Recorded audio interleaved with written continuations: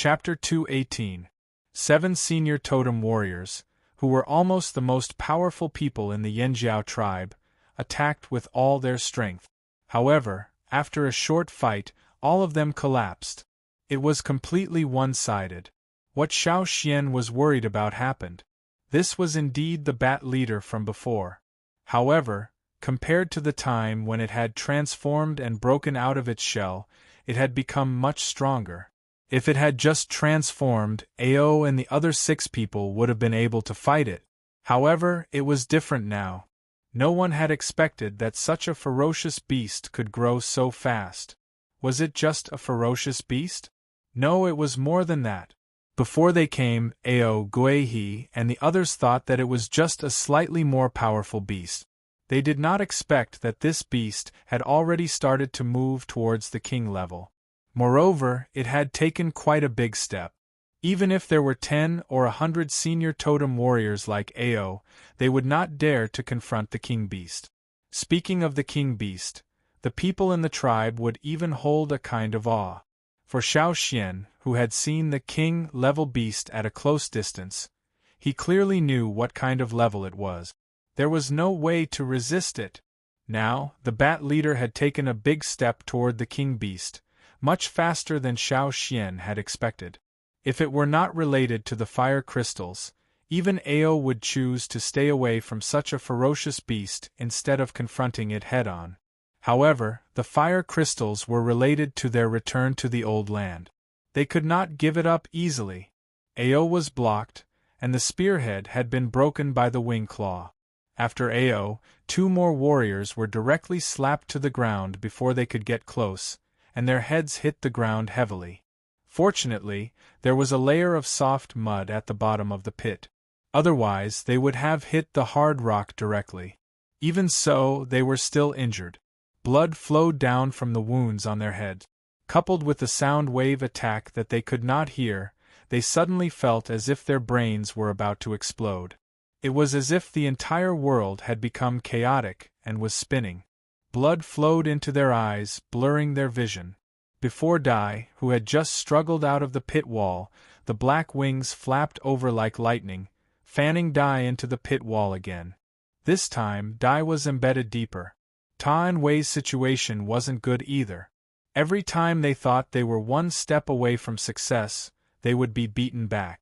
Gigu looked at the developed incisors that were biting his stone knife.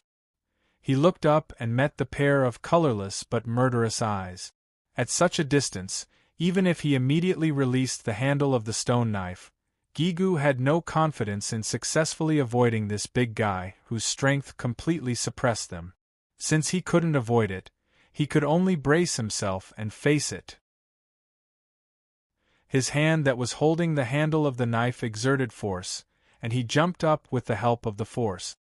His other hand pulled out a smaller stone knife from behind his waist, and with the speed of lightning, he stabbed the bat leader's rapidly twitching nose. However, the imagined situation of the knife piercing into the bat's nose did not happen. Gigu, who jumped into the air, was caught by a wing claw. On the wing claw, the sharp claw made a long cut on Gigu's abdomen. If it had been deeper, it might have been directly cut open. Gigu avoided the vital parts just now, but the situation at the moment was not optimistic. Probably Gigu's behavior completely irritated the bat leader. Gigu only felt a sharp pain in his body. Although he couldn't hear the surrounding sounds, at the moment, he could clearly hear a series of bone-breaking sounds coming from inside his body. The stone knife that was bitten by the bat leader's incisors was directly crushed. As for Gigu, who dared to attack its nose, it didn't intend to let him go. The wing claw firmly grasped the little prey. It intended to use its sharp teeth to suck the little blood of the little prey, and then bite the bones of the prey and chew it. Looking at the teeth in the vampire bat's open mouth, Gigu felt that the blood in his body instantly dropped to the freezing point, and even the pain of the broken bones in his body faded away. Gigu thought that he was going to die, and that he would never be able to lead a team to hunt in the future. When encountering such a level of ferocious beast, no one could escape. However, those knife-like teeth stopped just as they were about to touch him. The surrounding sounds seemed to come back again. The feeling that his head was about to explode gradually disappeared. At this moment, whether it was the people who were preparing to attack, the people who were beaten without any power to fight back, or the people who were almost eaten by the wing-claw, they all found the bat leader's strange behavior. Its attention moved away from Gigu, moved a little, and then looked down. At its feet, a man stood. After seeing the man standing at the feet of the bat leader, Ao almost spat out blood. Didn't they throw this guy out? Shouldn't he climb out of the giant pit along the grass vines? Why did he appear here again? The shaman said that even if they couldn't bring back the fire crystals, they must bring Xiao Xian back safely. Safe and sound. But what about the situation now? Xian, get out of the way! Xian. Ao and Ta wanted to take this opportunity to attack and let Xiao Xian escape. Stop! Xiao Xian shouted in a hurry. Seeing Ao and the others stop what they were doing, Xiao Xian looked up at the bat leader who was staring at him. Accompanied by the rhythmic sound of airflow, a black mist was exhaled from its mouth. Its wing claw moved and threw away the little prey that it was holding. It had no interest in that little prey now.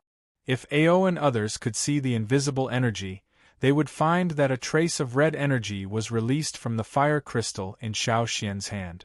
Part of the released energy was absorbed by Xiao Xian, and the other part floated into the body of the bat leader in front of him. Seeing that the bat leader was staring at him and no longer paying attention to others, Xiao Xian said, "Chief, you go up first." "Impossible. Xian, leave quickly." "Chief, before we came, the shaman said," Xiao Xian said. The shaman said that if there was a special situation, Xiao Xian should be the first and listen to Xiao Xian. Even if the chief joined them now, at this time, they had to think about the shaman's words. Looking at Xiao Xian standing there and the bat leader, Ao didn't know what to do. What the hell was going on? For a time, everyone stood there and no longer attacked the bat leader, but they also maintained a high degree of vigilance. As long as it moved, they would attack again. Even if such an attack might not cause much harm to it, it could still divert its attention and delay time. Patter. The bat leader's wings moved.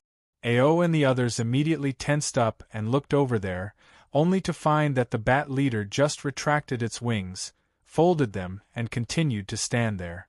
It meant that it didn't intend to attack for the time being. Xiao Xian was relieved. Sure enough, he made the right bet. Just like last time, the bat leader was very interested in the energy of the fire crystal, which was one of the reasons why he was willing to take the risk. But just now, he couldn't tell others at all, and the battle began. If the bat leader could be quiet, everything would be easy. Time passed little by little. The bat leader didn't move, and Ao and others didn't leave. After checking everyone's injuries, Ao asked Ta and Wei to take Gigu, who was the most seriously injured, and another person out of the giant pit. He would continue to watch here. Chapter 219. Outside the giant pit, Kiki and the others were guarding outside. Caesar wanted to go up the mountain several times, but he was stopped. He could only walk around anxiously. They didn't hear any sound, but they could feel a little vibration, which was very strange. Several people also wanted to go down to see the situation, but before that, the leader had ordered them to wait for the whistle. They didn't hear the leader's whistle until now, so they couldn't act rashly. The sun had already set. What should we do? Kiki looked at Tua. Tua shook his head. As time went by, everyone became more and more uneasy. Hey, someone is coming up. The person guarding the edge of the giant pit shouted. It's team leader Ta and Wei. The people who had been waiting outside the giant pit immediately went over. Ta and Wei found a place to put the two seriously injured people down the mountain and let them drink some medicine. They also needed a place without miasma to have a good rest, which would help them recover. Wei, you stay here first, I'll go down and have a look. After a pause, Ta said to the others, Step back, Don't get too close to the pit and don't go down. After a short fight, Ta also knew the gap between them and the bat leader. That was not an ordinary ferocious beast. Even if the two advance groups all fought together, they might not be able to hurt the bat leader much. Instead, they might all be killed. In the giant pit, Xiao Xian was still urging the power in his body to release the energy of the fire crystal in his hand. Fortunately, Xiao Xian had been absorbing the energy of the fire crystal, so he was not too tired. However, there was a limit to everyone's absorption of the fire crystal. Just like the warriors who went to the fire pit to absorb the energy of the fire crystal, there was a limit to their improvement.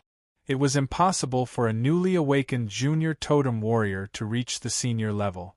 If they overestimated themselves and were too greedy, they might explode and die because they couldn't control the totem power in their body.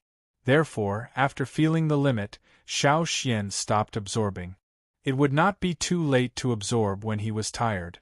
However, the big guy in front of him was still absorbing the red energy lines released from the fire crystal. If Ao could see those energy lines, he would be shocked. A ferocious beast could actually absorb the energy of the fire crystal. It's just that they never knew. The light from above was getting dimmer and dimmer. The thick miasma had already blocked most of the light, and now it was even dimmer. Ao did not know what would happen if he waited any longer. They did not like the dark night, which made them feel even more uneasy.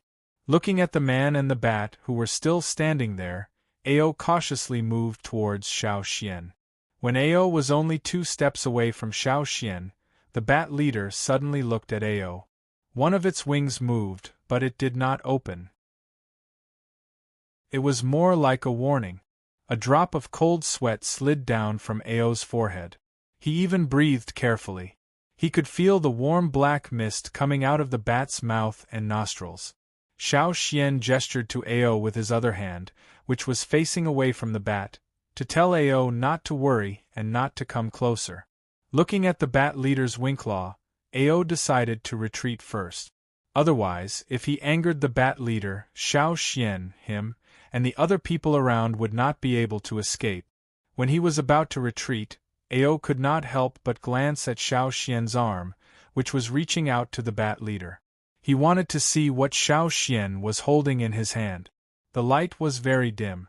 Because Ao was closer and had good eyesight, even if he could not see the color of the thing in Xiao Xian's hand, he could roughly judge what it was. Fire crystal? When he took a closer look, he found that the color of the fire crystal had become much lighter. The color of the fire crystal would only become lighter in one case.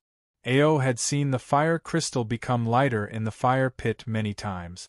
But now, it was the first time in his life that he saw the color of the fire crystal become lighter outside the fire pit. What did Xian do? He could release the energy of the fire crystal. No wonder the shaman had such an attitude towards Xiao Xian. Ao suppressed the shock in his heart. After thinking for a while, he stared at the bat leader and stepped back. After taking 2 steps back, he stepped on something. Ao used his toes to push the layer of soft soil above the ground and saw a piece of fire crystal about the same size as the one he had just picked up.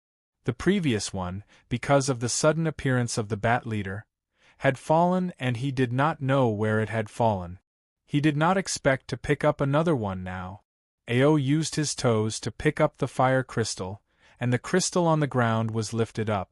When he was about to pick up the fire crystal with his hand, Ao suddenly felt a strong evil spirit coming towards him. A black shadow broke through the poisonous miasma and quietly came to him. If it were not for Ao's rich experience and intuition, he would not even know how he died. After the previous fight, Ao did not dare to take it directly. He instantly exerted strength under his feet, and the soft soil was shaken up. Ao used the strength under his feet to dodge the attack, which was like a huge blade. He barely avoided the attack, but before Ao landed on the ground, the sharp wing claws had come from above and almost nailed Ao there in the next moment. Fast. Too fast. Ao's usual spear had been destroyed. At this moment, He could only pull out a stone knife and raise it to block the claw. He knew that this bat leader could easily destroy his long spear and Gui-He's saber. He might not be able to withstand the next blow, but he had to do it even if he couldn't. Ao also knew that the moment his feet touched the ground, the wing claws would be nailed directly on the knife, even over the stone knife and nailed on him. But there was no way to retreat. When the wing claws were nailed down, an arm was raised and blocked between the wing claws and Ao. The wing claws, which were about to be nailed with a fierce attack, suddenly stopped, as if the pause button had been pressed. Ao's feet landed on the ground, but he did not run away. He still maintained the posture of holding the knife, but looked at Xiao Xian in front of him. The bat leader, after pausing for a few seconds, took back its wing claws.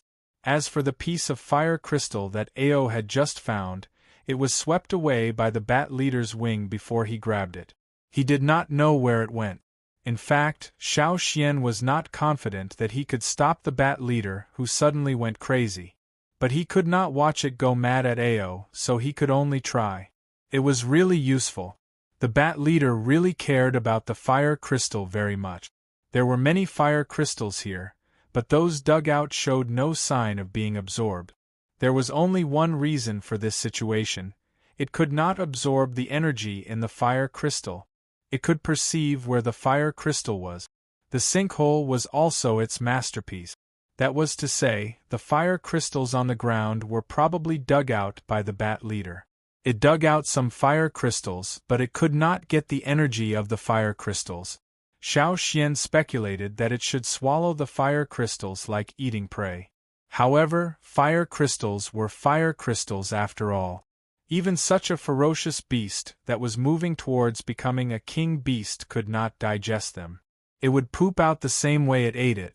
The ground in the sinkhole was covered with a layer of rotten things. Among them, there were many substances that looked like mud, but in fact they were piled up by the bat leader's feces. The piece of fire crystal under Ao's feet was excreted by the bat leader. The soft mud was actually its feces. Ao, who had just escaped, had not yet calmed down. He heard the movement of the grass vines and saw Ta coming down from above. Ao waved his hand, indicating that they should not come over. If the bat leader went mad again, Xiao Xian might not be able to stop it again. Ao had roughly guessed what Xiao Xian was doing, but he could not believe it because of the limited knowledge he had. Even so, he did not want more people to know Xiao Xian's special secret. The shaman must know that Xiao Xian was special, but he had not said it. Naturally, he had his own considerations. 3 hours later, it was getting late. The moonlight outside could not shine to the bottom of the sinkhole. It was almost blocked by the miasma. Crack! A slight sound came from Xiao Xian's hand. The fire crystal, which could not be cut by a sharp blade made of high-quality stone, cracked. This also meant that the energy within the fire crystal was almost depleted. Xiao Xian turned his wrist and let the fragment in his hand fall to the ground. He told the bat leader in front of him that this one had been absorbed. At the same time, Xiao Xian thought in his heart, "Please don't find another one from the feces. Let me continue." The bat leader used its wings to push the fragments of the fire crystal on the ground, which had become inconspicuous. No one knew what it was thinking. After looking at it for a while, it stretched its wings and flew up. In the blink of an eye, it disappeared in front of Xiao Xian and others. When the bat leader left, Xiao Xian felt that the air here seemed to be fresher. The extremely dangerous sense of oppression from the bat leader was also much less. "It's gone." Ta came over and said. He held a piece of fire crystal in his hand and handed it to Ao. "I just picked it up over there." He wanted to ask for credit from his father, but before Ta finished his words, Ao grabbed the fire crystal from Ta's hand and threw it far away. "Ta, let's not think about the fire crystals here," Ao said. "Why?" Ta was anxious. "Those were pieces of fire crystals. The bat leader knows what's going on. It won't let us take any piece from here. Otherwise, I'm afraid it will hunt us down. If it were just some ferocious beasts, even if they couldn't defeat them, Ao would take the risk to dig out all the fire crystals here. However, this bat was developing in the direction of a king beast. It could be regarded as a half-king beast. Otherwise, they wouldn't have been defeated so easily. If they were hunted down by such a guy, it would be a disaster. Ao didn't dare to take this risk. Many ferocious beasts in the forest were much smarter than people expected. I agree with the chief. Xiao Xian moved his sore arms and said, "Every piece of fire crystal here has the smell of that bat leader. Even if we take them back to the tribe, we will be tracked down." Ta was silent. He understood the reason, but he was unwilling to accept it. Fight? They couldn't beat it. Steal? They couldn't steal. So many fire crystals were almost at their fingertips, but they couldn't take them. Aggrieved. Chapter 220. Whether it was Ta, the team leader of the hunting team, or Ao, the chief of the tribe, they both knew how precious the fire crystals were. That was why they felt so conflicted. Their faces were twisted, and they resisted the temptation of the fire crystals. Ao suppressed all the emotions in his heart and said, "Let's go up first." Since the chief had spoken, the others had to do it even if they were unwilling. When they came out of the giant pit, the 2 moons in the night sky cast light on them, so that they could see the surrounding situation. Although the moonlight allowed them to see the objects around them, they were still used to lighting their torches. "The chief is out. Team leader Ta is out too. Xian, are you all right?" Those who were guarding outside the giant pit swarmed up. Among the 8 people who entered the giant pit, 7 were senior totem warriors, and 1 was a middle-level totem warrior. The first 7 were all injured, but the latter was the only one who was not injured. Some people attributed it to the protection of the 7 senior totem warriors, while others were confused. How could the 7 of them protect others when they were injured like this?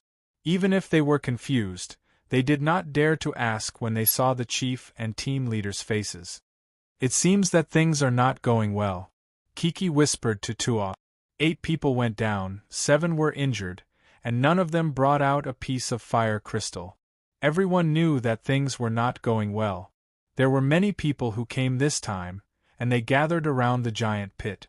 Fortunately, there was poisonous miasma everywhere, so other creatures did not dare to come here. Except for the vampire bats, no other creatures would appear. Therefore, from dusk to now, no dangerous ferocious beasts had come. The most dangerous one was not in the pit now. "It's already night. Shall we find a cave to rest? But the mountain is full of poisonous miasma. We have to go down the mountain." Ta was talking when he found that Xiao Xian suddenly stopped and stood there. No one knew what he was thinking. "Xian?" Xiao Xian raised his head and saw that the people around were looking at him with doubts. He shook his head to show that he was fine, but he just thought of something. "What did you think of?" Ao asked. Xiao Xian looked at the foot of the mountain and then looked at the sinkhole at the top of the mountain. He said, "I was thinking, if we can't dig from the sinkhole, can we start digging from the foot of the mountain?" "What do you mean?"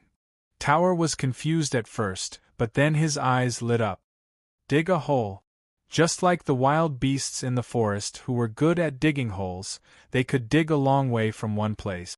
Even if they couldn't dig at the top of the mountain, they could still dig a hole at the bottom of the mountain. If this was really a fire crystal mine, there must be some fire crystals that had not been dug out by the bat leader. "That's right. We can dig holes." The leaders and team leaders, who had not wanted to give up until now, felt that this idea was feasible. Ao led his men down the mountain and found a suitable place. "Let's start digging from here." This place was not covered by the poisonous miasma, so it was not within the range that the bat leader would pay attention to. They could dig without worry. "Divide into 2 groups. Ta and Gigu, you lead your own team and take turns to dig and rest." Ao assigned the task. Yes. With hope, Ta and Gigu calmed down. Now they were full of energy and didn't care about their injuries. They just wanted to dig a hole that extended to the foot of the mountain and the sinkhole as soon as possible. Let Caesar help. He is good at digging holes, Xiao Xian said. Caesar's strength and claws were superior. Soon, he dug a vertical pit at the place chosen by Ao. Then, he dug from the pit toward the direction of the sinkhole. While Caesar was digging in that direction, the others were also tamping down the sides of the pit that they had dug in the beginning and building step.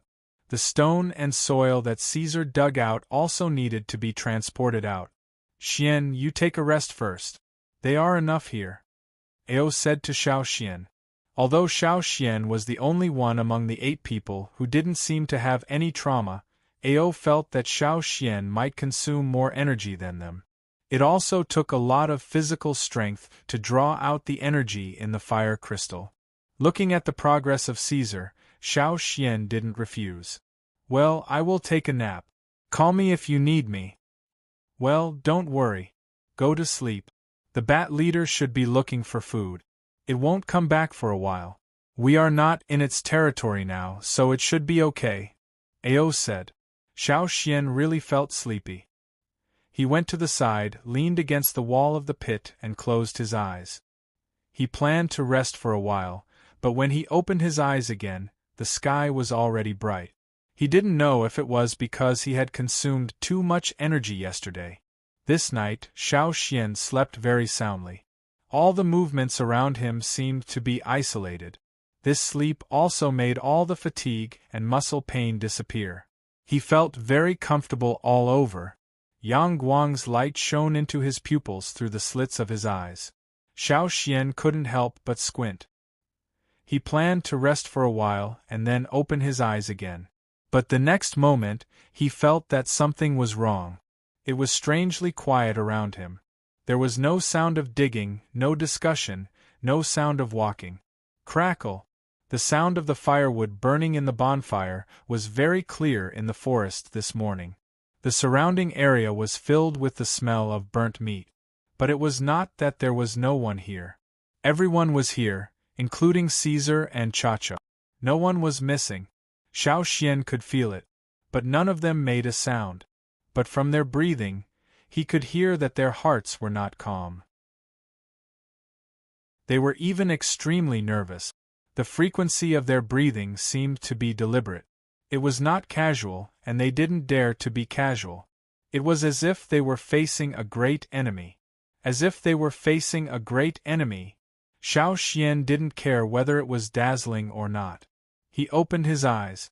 Sensing something, Zhang Xian turned his head around, and the first thing he saw was a bizarrely large nose. Xiao Xian, damn you! Xiao Xian suddenly woke up. The bat leader was silently hanging upside down on the wall of the pit that had just been dug. It hung there steadily as if it was weightless. The bat's head was right next to Xiao Xian.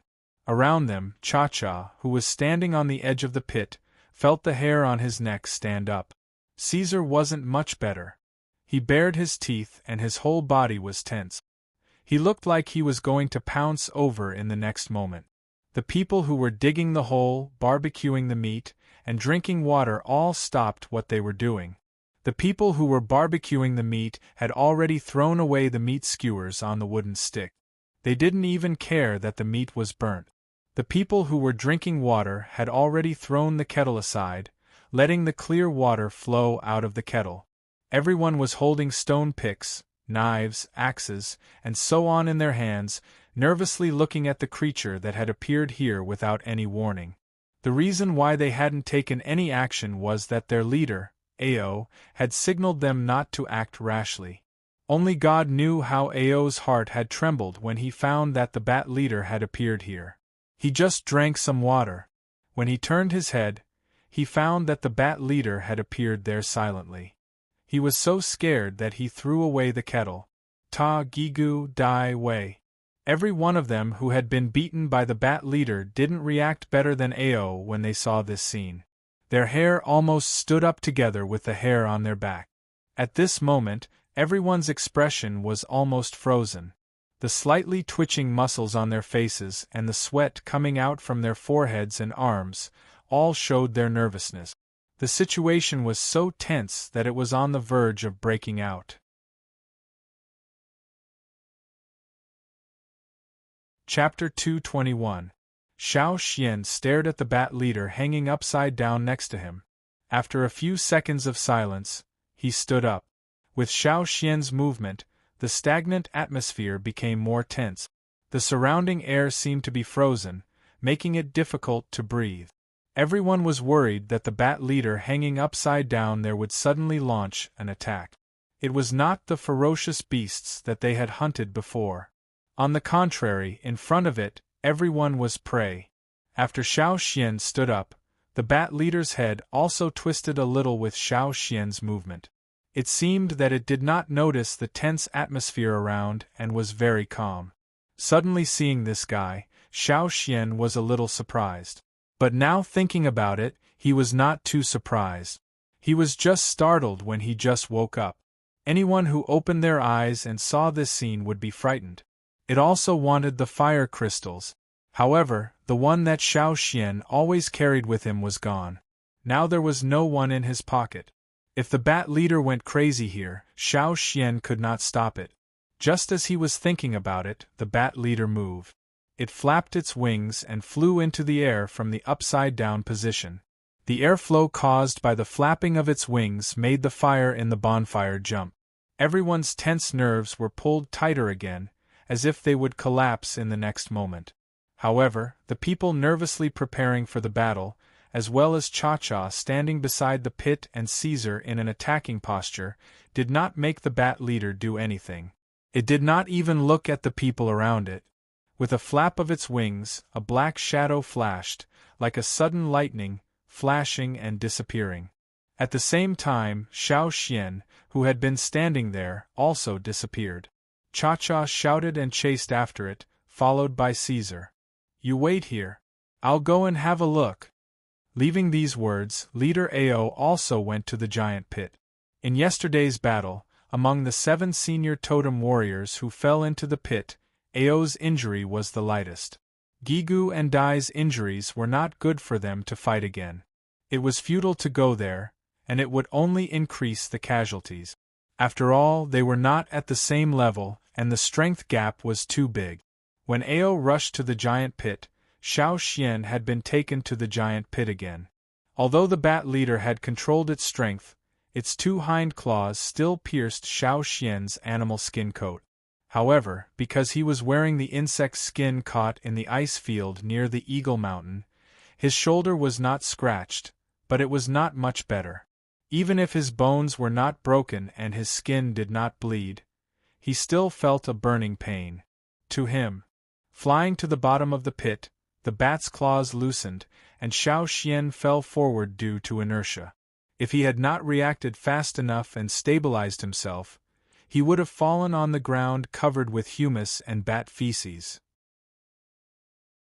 It seemed that the bat leader knew that Xiao Xian had no fire crystals, so after it caught Xiao Xian, it walked around for a while, and then moved its folded wing claws to dig out a piece of fire crystal from the ground, and threw it to Xiao Xian. The fire crystal was thrown like a bullet. Xiao Xian did not directly catch it with his hands, but turned sideways to avoid it. If he caught it with his bare hands, not to mention whether his palms would be scratched, his wrist bones would probably be broken. In addition to the fire crystal, there were also clouds of humus and bat feces thrown out by the bat leader's claws. Xiao Xian also avoided them. After the fire crystal was shot into the wall of the pit, Xiao Xian went to dig it out. The bat leader seemed to be very angry that Xiao Xian avoided it. Black poisonous miasma was sprayed out from its nostrils and mouth, and the sound of the air flow was sharper than before. Xiao Xian looked at the fire crystal in his hand, which was about the same size as the one he carried with him yesterday. The difference was that this fire crystal had not been consumed at all, while the one he carried with him yesterday had been used a lot, so it could be consumed in half a day. Half a day was definitely not enough for this fire crystal. Even if his efficiency had improved a lot, He could not consume this fire crystal in such a short time. It could not be finished before nightfall, Xiao Xian thought. The voices of Cha-Cha and Caesar came from above the giant pit. They had arrived. This bat leader could break Cha-Cha's neck like a chicken, and Caesar was not much better. Before the bat leader took action, Xiao Xian bent his fingers and put them in his mouth, blowing a whistle that both Caesar and Cha-Cha knew, indicating that they should not come over and that he was fine. Listening to the movements above, and confirming that Caesar and Cha-Cha had not come down, Xiao Xian immediately began to stimulate the power in his body, making the fire crystal burn. In the special vision, Xiao Xian could see that on the fire crystal in his hand, there were traces of red lines. Some of the red lines came to him, and the other went to the bat leader. The bat leader, which was originally more than 10 meters away from Xiao Xian, felt the traces of energy and came closer. Standing in front of such a semi-king level beast, Xiao Xian felt great pressure. Looking around, at the bottom of the giant pit, there was still some chaos, and all kinds of dirt could be seen everywhere. The only difference was that there was an extra body of a woolly mammoth. This should be the food brought back by the bat leader last night. It was hard to imagine how it transported the mammoth, which was several times larger than itself, here. In his impression, the mammoth's majestic and mighty body was now shriveled. It was casually thrown there, and the protruding bones were very obvious.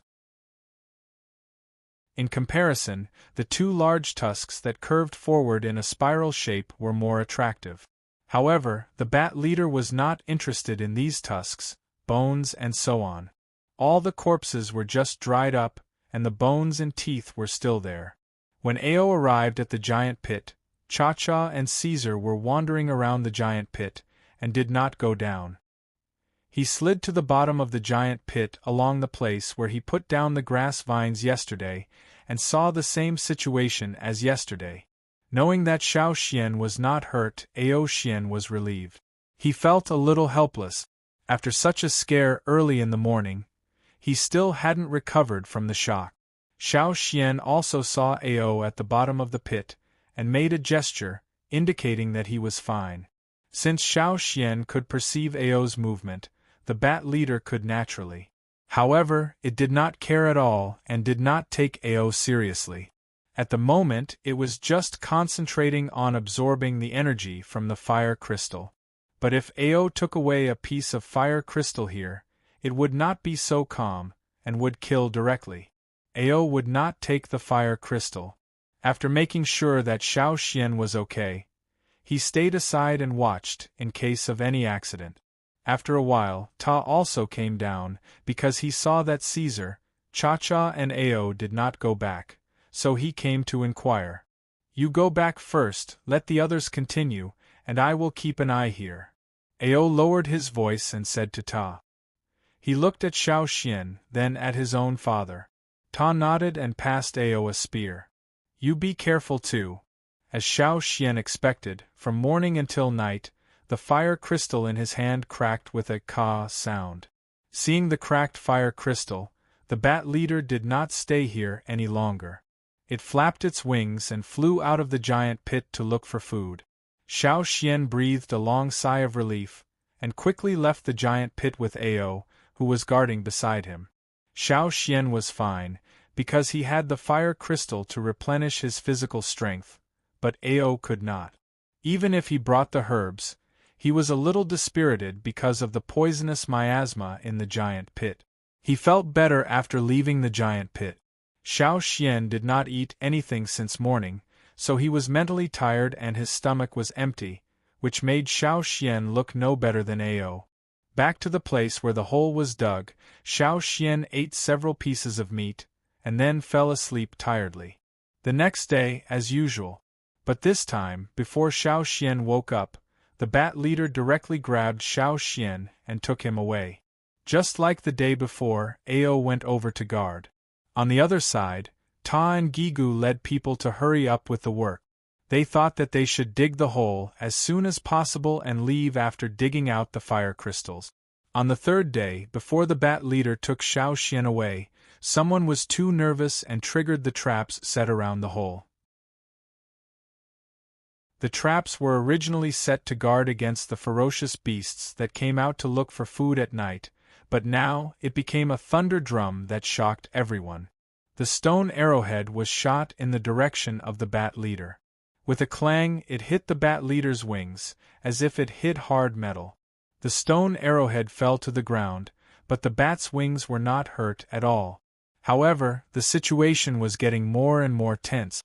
Being stabbed like this was not a big deal for the bat leader, but it could be regarded as a provocation. It was a little angry, but it did not directly attack the people around it. Instead, it screamed towards the hole dug by the people, and the result of 2 days' work collapsed. Ao and the 2 team leaders saw the collapsed hole, and their faces turned green. Ao also went over to look around the collapsed hole. It was not convenient to continue digging here, and they had to find another place. How annoying! However, even if they were so angry that they had internal bleeding, they could do nothing about it. They could not beat it, could not scold it, and could not provoke it. They had to endure whatever they did. After all, the bat leader was strong. Fortunately, the bat leader did not intend to attack them directly. If such a ferocious beast at the half-king level went to the tribe, they would not be able to cry even if they wanted to. Fortunately, there were fire seeds in the tribe. Where there were fire seeds, these ferocious beasts would always be afraid of them. However, after this incident, how could they really get rid of the half-king level bat leader? This was Ao's worry. Let's do this first. Let's get the fire crystals first. I think that although the bat leader needs the fire crystals, it has a limit like the totem warriors. It will not absorb the fire crystals endlessly, but it has not reached that limit yet. Xiao Xian said. That's the only way. Xian, thank you for your hard work. Ao said with guilt. Before he came, he told the shaman that he would protect Xiao Xian, but now? It's okay. Anyway, it didn't hurt me. It just wanted to absorb the fire crystals. Moreover, I think that if we take good care of it, it may be good for us in the future. Xiao Xian said. Ao knew that Xiao Xian was comforting him. He pulled up the corners of his mouth, but he still could not smile. King-level beasts were not like other ferocious beasts. They were arrogant and difficult to get along with. It was impossible for them to be as obedient as the beasts and ferocious beasts raised by the tribe. If they were careless and angered it, the consequences would be unimaginable. For the fire crystals, they had to endure it.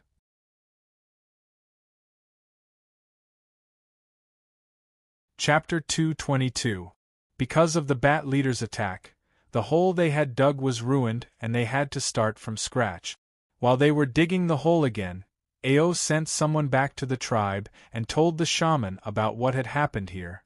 Ao did not let anyone pass on the details of Xiao Xian, the fire crystal and the half-king level bat leader. Instead, he peeled off a piece of animal skin and wrote on it. He wrote down what had happened here in detail, tied it with a straw rope, and asked the people of the Hui tribe to bring it to the shaman. He needed to ask the shaman about some things before he could make a decision. Ao was not worried that the people of the Hui tribe would secretly open the animal skin roll and read what was written inside. Without permission, the people of the Hui tribe would not read it at will. Ao still had this confidence and also trusted the people of the Hui tribe. When the warriors of the Hui tribe came back, they also brought the shaman's reply. Ao went to a place where no one was around, opened the animal skin roll and read the content written by the shaman. He thought that the shaman would write a lot of things, telling them how to deal with the half-king level bat leader. Unexpectedly, after opening the animal skin roll, Ao only saw one sentence. Ask Xian.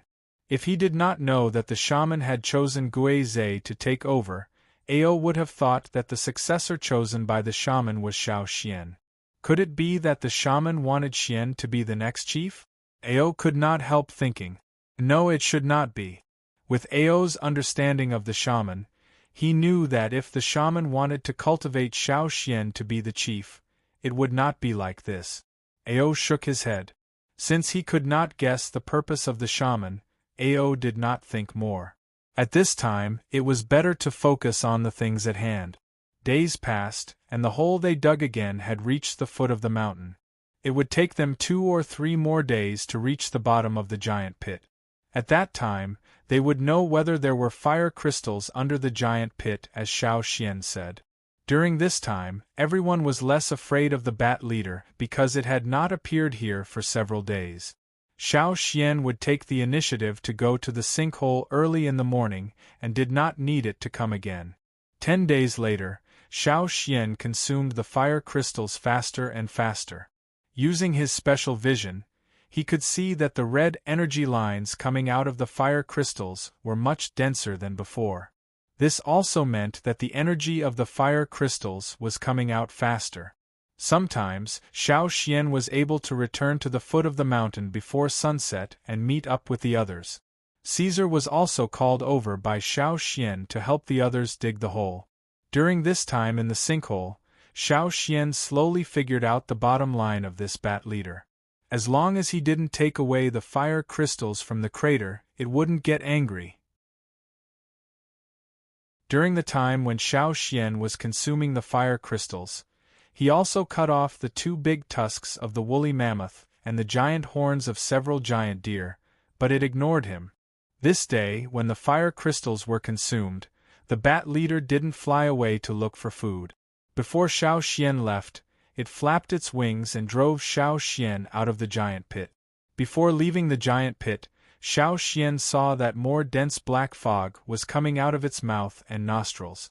In the giant pit, from the bottom, because of the deeper black fog, it gradually became as black as ink. At this time, even if Ao went in with the herbs, he couldn't bear it. The black fog came out from the top of the giant pit and spread from the top of the mountain to the foot of the mountain.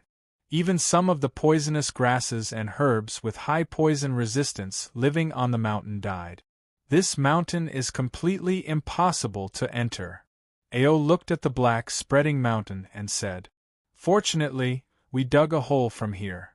Ta was very emotional. The place where they dug the hole was not surrounded by the black fog. After digging the hole, they didn't need to touch the black fog and poisonous miasma on the surface of the mountain. Even if the poisonous miasma had penetrated into the soil and mountain stones, not much of it reached the hole, so everyone could bear it. "Is it going to transform again?" Gigu asked. "Very likely," Ao said. "King Beast." The bat leader was 1 step closer to becoming a king beast. "Why don't we take this opportunity to?" Ta held the knife in his hand and made a chopping gesture. Ao, Gigu, and Dai raised their heads and looked at Ta as if he was an idiot. The expression on Ta's face froze, and he probably realized how stupid he had just said. Not to mention whether they could bear the black fog and go in.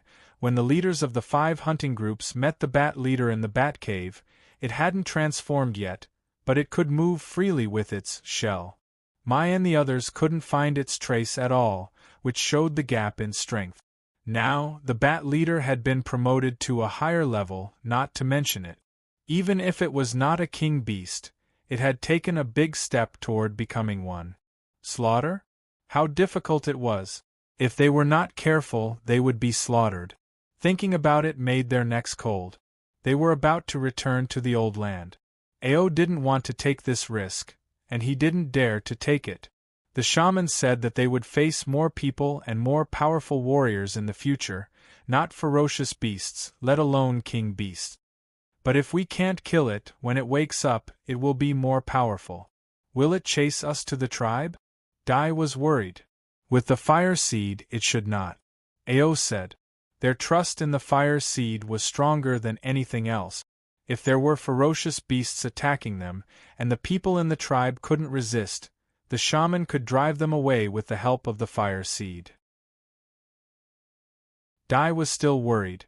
If we go back to the old land, it will be better.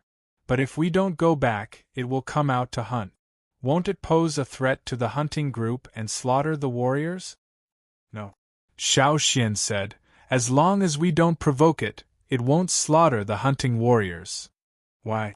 Gigu was a little confused about Xiao Xian's answer. Why was Xiao Xian so sure? Intuition, Xiao Xian said. Xiao Xian had a secret. Gigu and Ta all knew it, and Ao also knew it, but he didn't want to tell them. So, the question ended here. Didn't you see the chief's warning eyes? When they were talking here, there came a voice of ecstasy from the cave. It was Keek's loud voice. Boss. Chief. Kiki rushed out of the cave, and the smile on his face squeezed his eyes. Out. Dug it out. Fire crystal, there is a fire crystal. Really? Let me see. Ao couldn't sit still and bounced up from the ground like a spring. Kiki held a small piece of fire crystal in his hand. It was only the size of the fingernail of the little finger, but it was undoubtedly a fire crystal. There were some mud and stone chips on the fire crystal, which meant it had just been dug out. Ao carefully took the small piece of fire crystal, put it in the palm of his hand, and wiped off the dust on the surface. Under Yang Guang's hand, the fiery red color seemed to burn everything it touched. It wasn't like the humus and bat feces in the giant pit. This one didn't have the smell of bats, so it was regarded as an ownerless object. Whoever dug it out could have it. Good. Good. Good. Ao said good 3 times in a row and laughed out loud. Without the interference of the bat leader, and with the fire crystal dug out, the depression during this time was completely gone. Ao laughed so hard that his chest shook. Excited. Excited. Carefree. Dad, let me see, let me see. It was rare for Ta to call Ao in this way in front of others. Usually, when there were others, he called Ao chief. Ao wanted to show the fairness of a chief. He couldn't get more advantages just because Ta was his son. But now Ta didn't care. He called Ao out because he wanted to let Ao know that his son was still waiting. Let Ao see it first. However, Ao didn't understand his son's mood. He closed his 5 fingers and held the fire crystal. Is there any more? Ao asked Kiki. There should be more. Kiki scratched his head. He wasn't sure. He just came to report the good news after digging out the fire crystal. Let's go inside and have a look. Ao couldn't wait to walk into the cave with others. Xiao Xian was the last. Before entering the cave, he looked up at the mountain covered with black fog and the ink-like top of the mountain. Xian, come here. Kiki urged in the cave. Coming. Looking back from the mountain, Xiao Xian walked into the cave.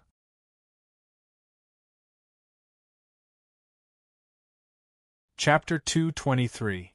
Under the giant pit, there was indeed a place similar to the fire crystal mine. After Kiki, someone dug out another fire crystal.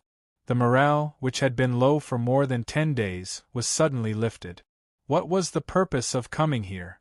Wasn't it just to dig out more fire crystals? Since they couldn't dig out the fire crystals in the giant pit, they could dig out the fire crystals here. Besides, the bat leader was in closed-door training, so they didn't have to worry about anything. They dug hard, thinking that they could dig out as much as they could while the bat leader was away. Another 6 days passed. The fire crystals, big and small, had filled a bag, and this was only a part of them. Xiao Xian estimated that there was still about half of them. These fire crystals were enough for all the warriors in the tribe. Seeing Ao open a roll of animal skin, Ta wiped the sweat on his face and asked, "What did the shaman say?" After finding the fire crystals, Ao wrote another roll of animal skin for the shaman and asked someone to take it to the shaman.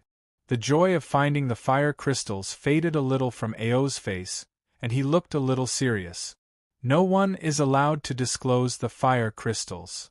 During the break, Ao called everyone over and ordered them not to tell others the location of the fire crystals, the process of finding them, and how much they dug out. The last time the 5 hunting groups came here, they found the fire crystals in the giant pit. But this time, they dug an underground tunnel under the giant pit to the foot of the mountain, which needed to be kept secret. If they didn't go back to the old place, it didn't matter, because it was theirs anyway. But then they would definitely go back to the old place. Once someone told people in other tribes about this, it would bring a lot of trouble, and even a war. The fewer people knew, the better. Fortunately, this time they brought people from the advance group. They knew and understood these people well, so they trusted them. It was time to go hunting, and they needed to go back to the tribe. Ao didn't take all of them back, but left some people here to keep digging. He took the other people and the fire crystals to meet with the hunting group, and then went back to the tribe.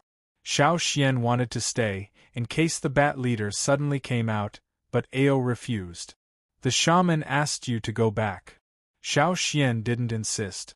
If the shaman wanted him to go back, he must have something to tell him. When the hunting team returned to the tribe, all the people in the tribe knew that the chief had brought people to look for the fire crystals. It was impossible to keep it a secret, as long as they did not tell them the specific location. Fortunately, many people in the tribe were obedient. If the chief and the shaman didn't say anything, they wouldn't ask. For them, it was a great fortune to have the fire crystals. They didn't need to care about other things. The entire tribe was overflowing with joy. Recently, there had been a lot of good news. They had returned to their old haunt, and now they had the fire crystals. Everything made them happy for a long time. At the top of the mountain, inside the shaman's stone house, the chief, the 2 team leaders, and several elders who had more authority in the tribe all gathered here. Xiao Xian was also there. In the past, Xiao Xian was not qualified to attend such meetings. But now, no one had any objection. Sometimes, when making some decisions, they would ask for Xiao Xian's opinion. After all, Xiao Xian was the only one who went to the old haunt and came back. He knew much more than those who stayed here all the time. The tribe will let everyone absorb the fire crystals during the sacrifice ceremony next year. The shaman said, but before the sacrifice ceremony, we can't relax. They couldn't put down other things just because of the fire crystals. Moreover, how much they could absorb depended on their state and ability. Those who had many hidden injuries, those who had not recovered from serious diseases, and those who were malnourished, it was better to adjust their body to the best state before the sacrifice ceremony. This time, it was not a matter of one person or a few people. It was related to the whole tribe. Everyone, from the top of the mountain to the bottom of the mountain, had to pay attention to it. Ao nodded, looked at Ta and Gigu and said, I will take people to the Green Land and try to bring back as many herbs as possible. Many injuries of totem warriors couldn't be healed by themselves, so they had to rely on herbs. Ordinary herbs were not very effective, so they had to use the ones in the Green Land. Leave the fire crystals with me first. The shaman asked Xiao Xian, who had been sitting on the side and had been silent, Xian, what do you want to say? When I was there, I found that many people had their own ways to find the fire crystals. If we take a lot of fire crystals there, we will be like living targets. Probably before we reach the old haunt, we will be consumed by waves of people, especially those from the central tribes. They are not weaker than us. Hearing this, everyone, including the chief, was shocked. They looked at Xiao Xian, waiting for him to continue. I know that some people use jade boxes to store the fire crystals, which can block all kinds of detection. But, Xiao Xian pointed to the big bag of fire crystals on the stone table in the middle, and said, we don't have enough jade boxes to store the fire crystals. Besides, jade is also very precious there. No one had found a jade mine around, and no one had ever seen jade. It was the ones brought back by Xiao Xian that made people have a preliminary understanding. The shaman smiled, don't worry about this. Saying this, the shaman took out a wooden box, which also contained fire crystals. However, before opening the box, Xiao Xian did not perceive the existence of the fire crystals. What is this? Xiao Xian's eyes lit up. This is a box made of hollow wood. I believe that the blocking effect is not weaker than that of jade. Hollow wood can be found in the Green Land.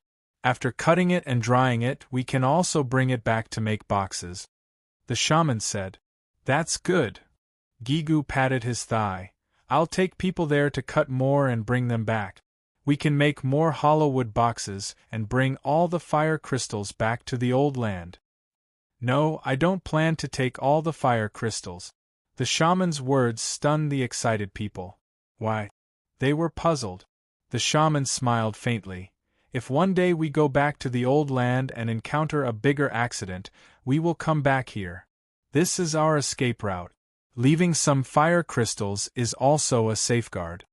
Inheritance and continuity were things that every tribe could not ignore. As the shaman, he naturally had to consider things in the long term. The fire crystals dug out are enough for all the totem warriors in the next sacrificial ceremony. As for the rest, take some of them with you and keep them for future use. As for the rest, Ao, you have to put them back into the tunnel you dug, and then close the tunnel and cover it. As long as those who followed Ao kept the secret of the tunnel, it would be fine. Xiao Xian had said that the fire crystals were very tempting. The shaman believed that when outsiders got the news from other people in the tribe, they would definitely look for the giant pit.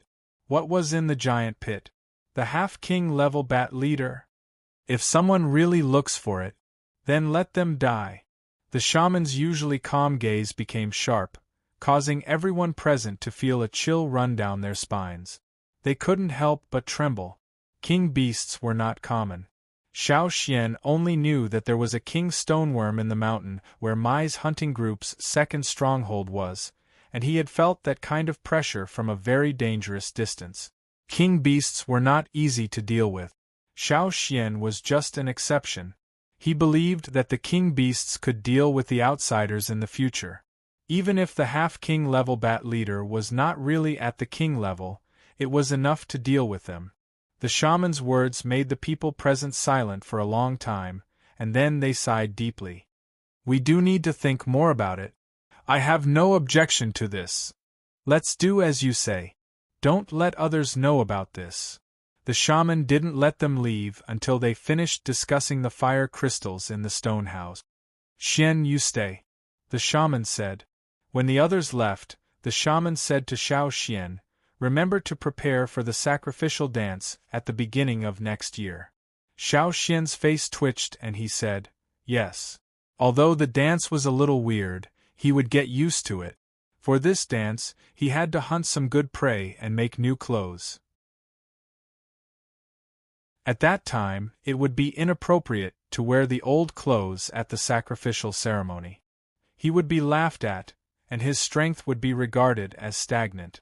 The shaman asked Xiao Xian to be one of the members of the sacrificial dance, not only because of Xiao Xian's contribution to the tribe.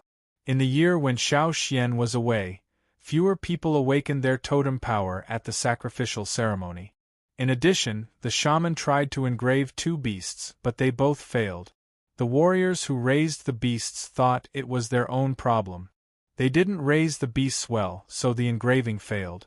But the shaman knew that he was the main reason. When he engraved the beasts, he wasn't as good as when he engraved the first batch of beasts. Halfway through the engraving, he felt powerless. One of the beasts didn't even have a totem. The shaman thought that Xiao Xian was also the reason. When Xiao Xian was there, the situation would be much better. Of course, the shaman wouldn't tell Xiao Xian about this. But every time he thought about it, the shaman wished he could go to the fire pit and kowtow to his ancestors, to vent his depression. How could such a talent not be a shaman? Xiao Xian didn't know about the shaman's depression at all. He went to find Ao, and decided to go to the Green Land with him. Before returning to the old haunt, he wanted to find more herbs. One reason was to prepare for the future. When he returned to the old haunt, there would be many places to use herbs. But when he arrived at the old haunt, he wouldn't be able to adapt completely in a short time. He didn't know the geography of the old haunt, so it would be difficult to find good herbs. And the other reason was because of Old Ku. Old Ku was old. Before the sacrificial ceremony, he wanted to give him more nourishment. The better he was during the sacrificial ceremony, the more fire crystals he could absorb. It would be good for Old Ku in the future. In other tribes, disabled people like Old Ku didn't live well. Xiao Xian only hoped that he could improve as much as possible. Before the winter came, the entrance to the fire crystal cave was blocked, and the surroundings were covered. No one could see that there was a tunnel there. After 2 or 3 years, it would be even more difficult to see. Before the winter, Xiao Xian prepared a lot of food for the children in the cave. In the past 2 years, the kids who came out of the mountain cave would bring something to the kids in the mountain cave before winter every year. Now, the kids in the mountain cave had caught fish and meat sent by others, so they were much stronger than before. If they were well nourished, their chances of awakening would be higher.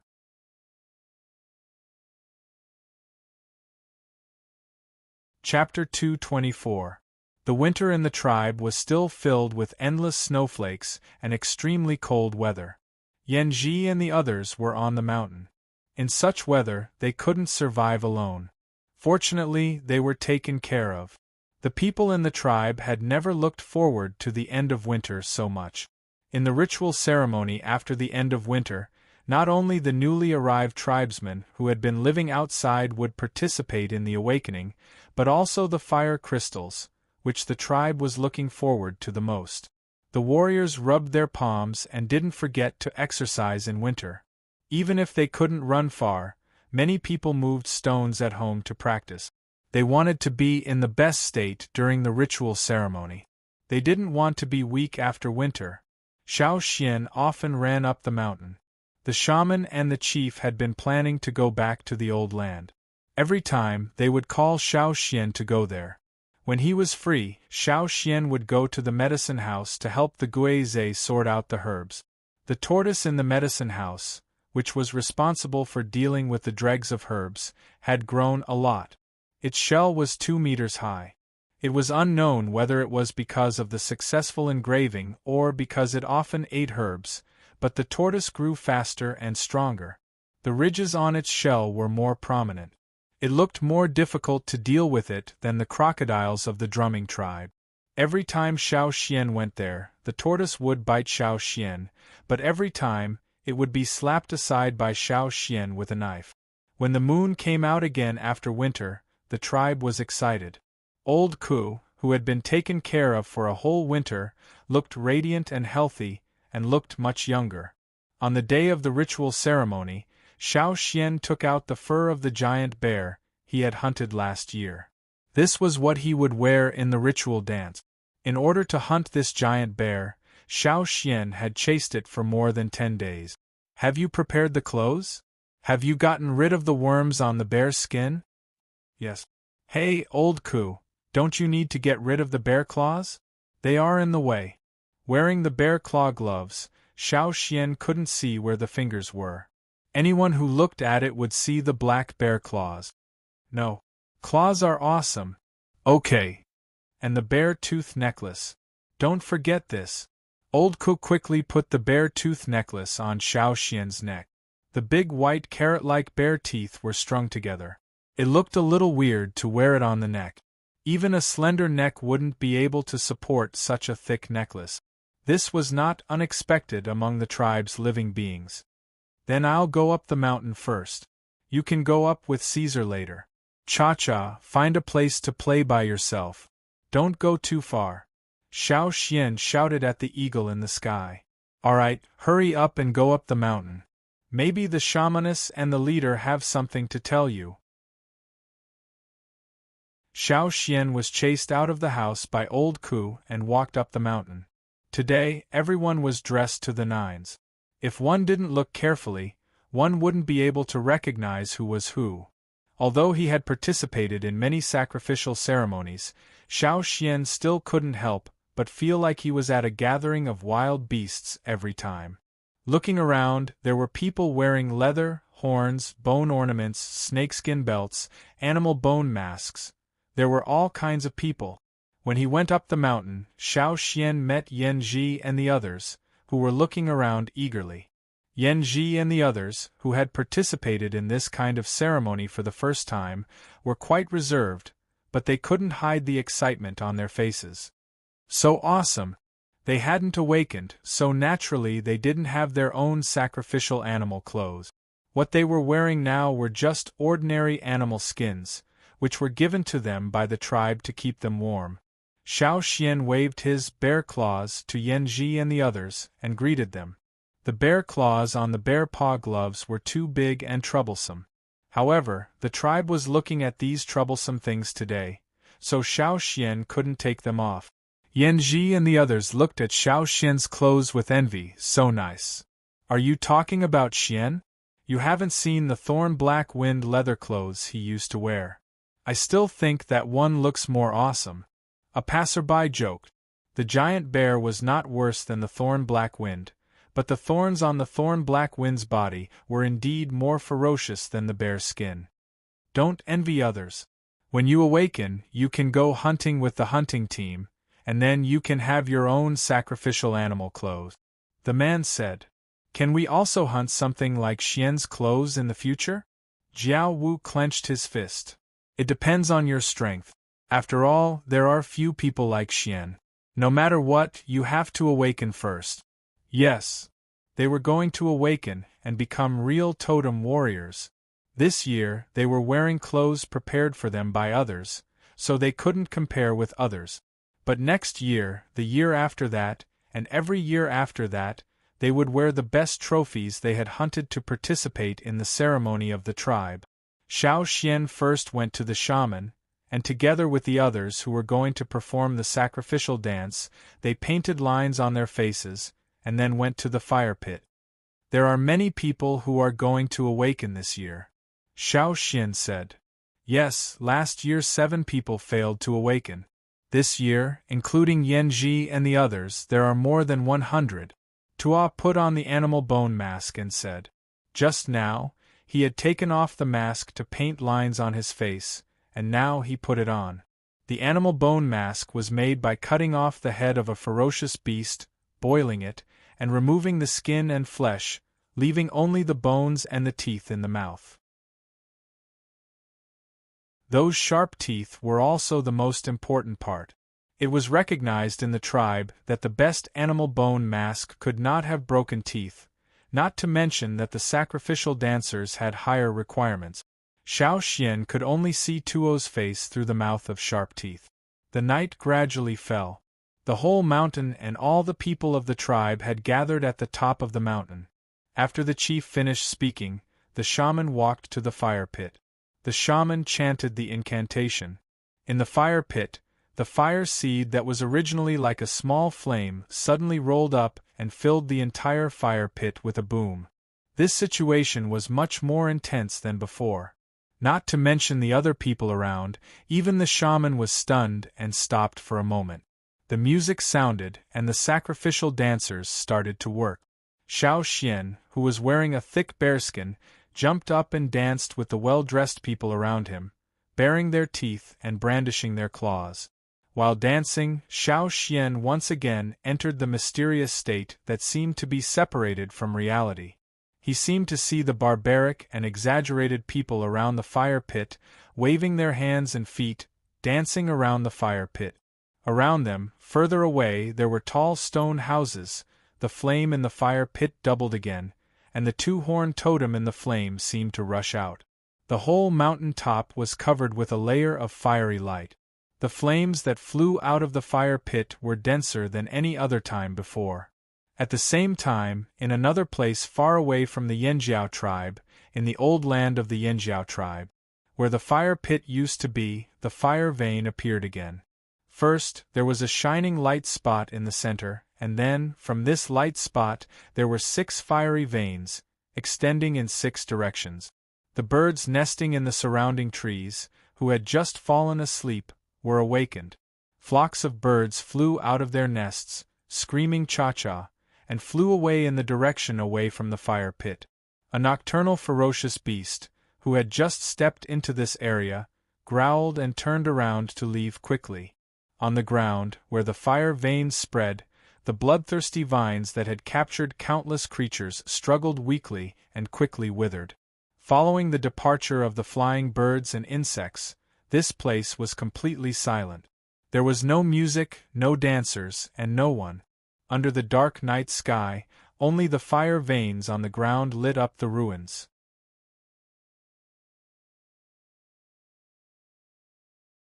Chapter 225. In the Wanshur tribe. In the witch's house.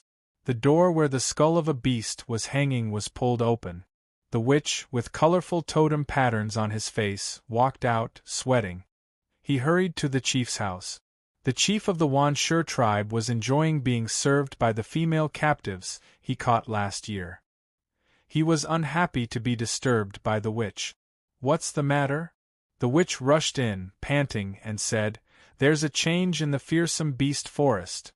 The Wanshur chief suddenly opened his eyes. His eyes became as sharp as a poisoned knife. "Are you sure?" What happened in the fearsome beast forest last year made the Wanshur chief feel like he had been slapped in the face. It was always their tribe that slaughtered, invaded, bullied, and robbed others. Before that, he had never felt so frustrated. Every time he thought of that, he felt like someone was waiting to slap him in the face. He also strictly forbade anyone from talking about it.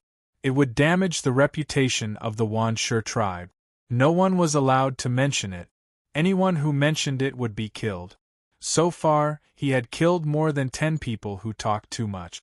That incident was a thorn in the Wanshur chief's throat that he could not pull out. But because of the previous casualties, he did not send anyone to the fearsome beast forest. "I'm sure. Just now, that ominous feeling was very strong. I felt." The Wanshur shaman's tone was unsteady. He could hear his heart beating faster than usual. "What did you feel?" "I felt." Looking into the chief's bloody eyes, the Wanshur shaman lowered his head and said nothing. "Speak." The Wanshur shaman took a deep breath and said in a low voice, "Suppression of the fire seed." The air in the house suddenly froze. The few women who had been serving their leader with a smile just now were now trembling like a sieve, but they didn't make a single sound, for fear that they would be noticed because of the sound they made. They had been serving their leader for some time now and were familiar with her temper. At this moment the leader was extremely angry. They didn't know that the Wanshur chief was not only angry, but also scared. These two emotions mixed together and made him lose focus for a moment. But then he came back to his senses and smashed the wooden table beside him into pieces. The violent totem power made the evil spirit around him stronger and stronger. His red eyes looked at the women who were huddled around him. The people patrolling near the leader's house suddenly heard screams and screams coming from the leader's house. Soon, the screams stopped abruptly. Bang! The wooden door was kicked open from the inside out and shattered into pieces. A man covered in blood walked out of the house in large strides. Every step he took was like a hammer pounding on the hearts of the patrolling guards, causing them to breathe carefully. They were worried that their leader would take his anger out on them. Fortunately, the chief of the Wanshur tribe didn't pay attention to them. He strode away, heading for the fire pit.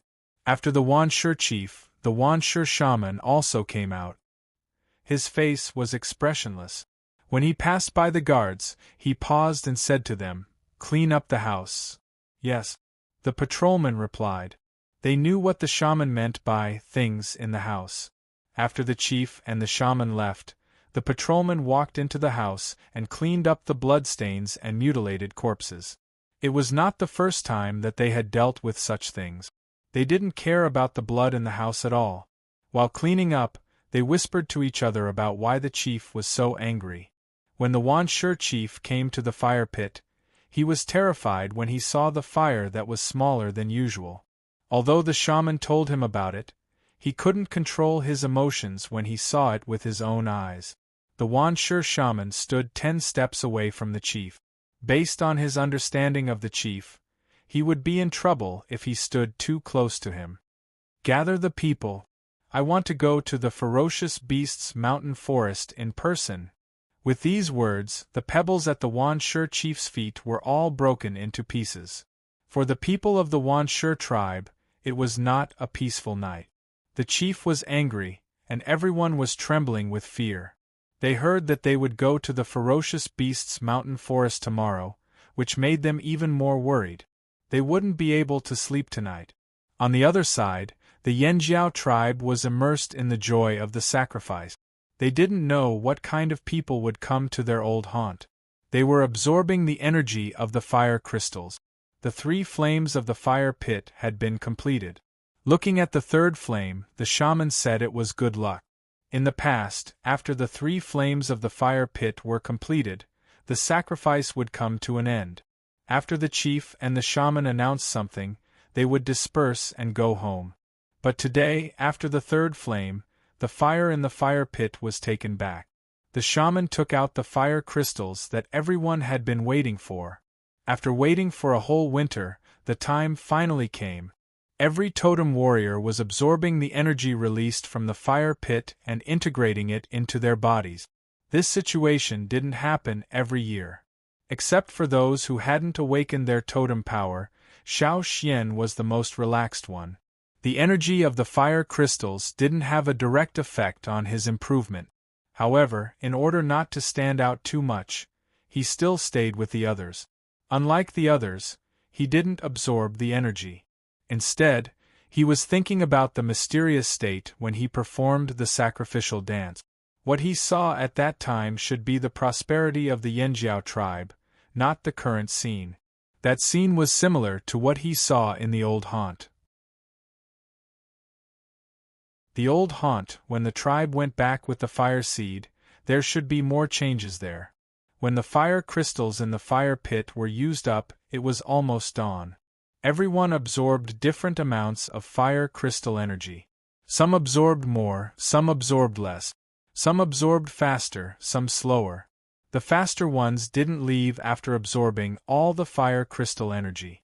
Instead, they urged the totem power in their bodies to digest the absorbed energy and fuse it with the fire crystal energy. Some people who were close to the breakthrough point were promoted to a new level on the spot. The young warriors couldn't restrain the joy on their faces when they saw the totem tattoos extending over their elbows. But because the sacrifice was not over, they didn't dare to make a sound. They could only try to hold back their laughter, clenching their teeth and fists. Their faces were distorted.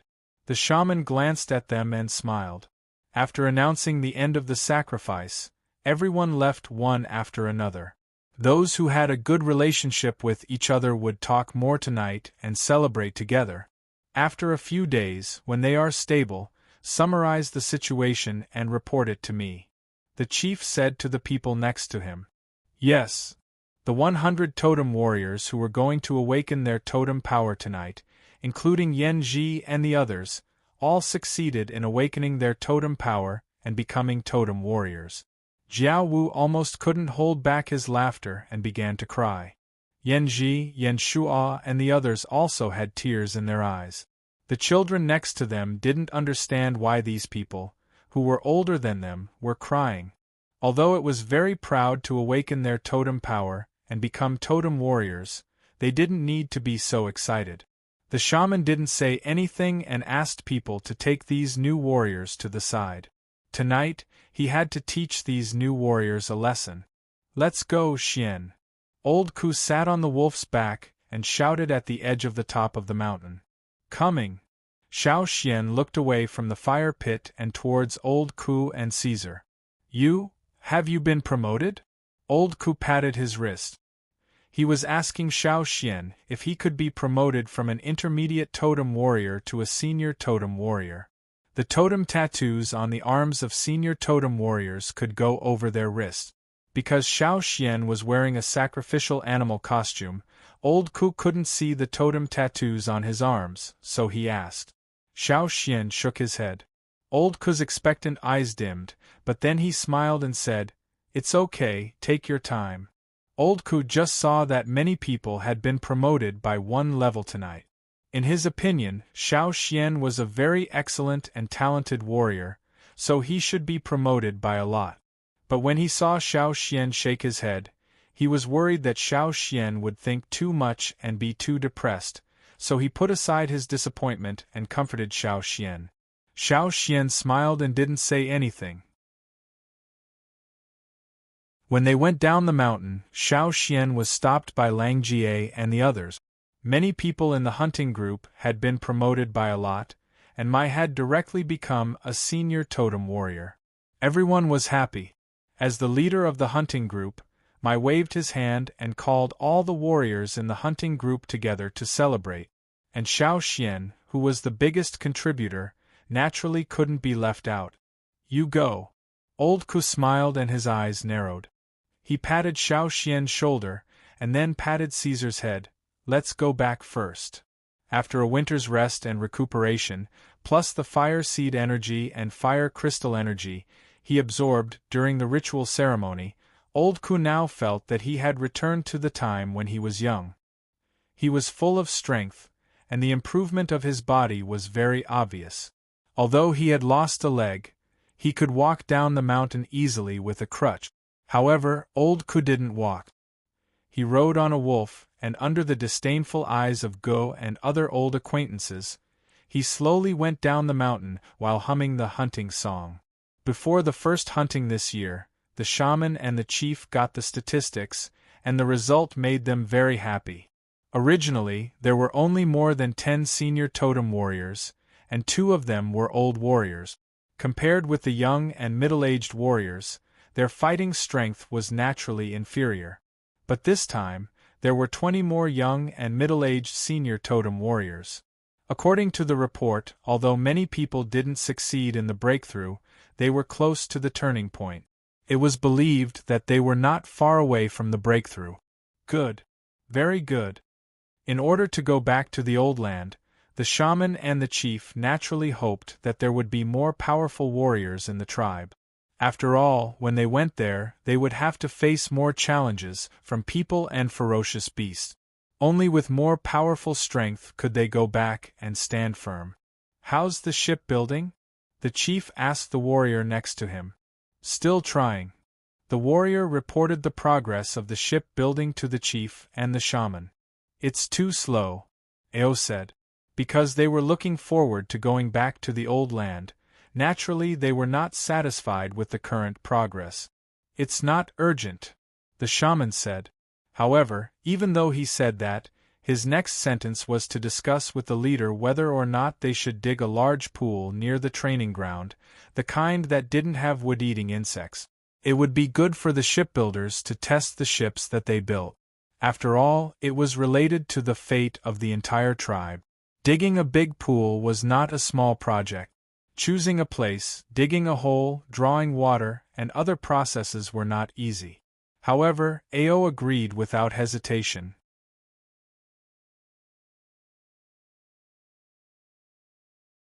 Chapter 226. The chief and the shaman said that they were going to dig a big pool. Everyone worked hard to dig. When the hunting warriors went out, some people stayed in the tribe to dig. Some people who had trouble walking also went to help. Many women in the tribe who had not awakened their totem power also went to help. After the first hunt, Xiao Xian returned to the tribe. They had already dug a big pit of more than 400 square meters, and they were still digging. At the foot of the mountain, some children from the cave were helping to boil the gelatin. A 20-meter-long wooden boat was placed there. Yanji and the others were busy filling the seams. This was only the first boat they tested. There were 2 bigger boats next to it, but they were not finished yet. Xiao Xian picked up the tools and went to help. How is it going? Xiao Xian asked. Before the rainy season, these 3 boats will be finished. At that time, we will try these 3 boats.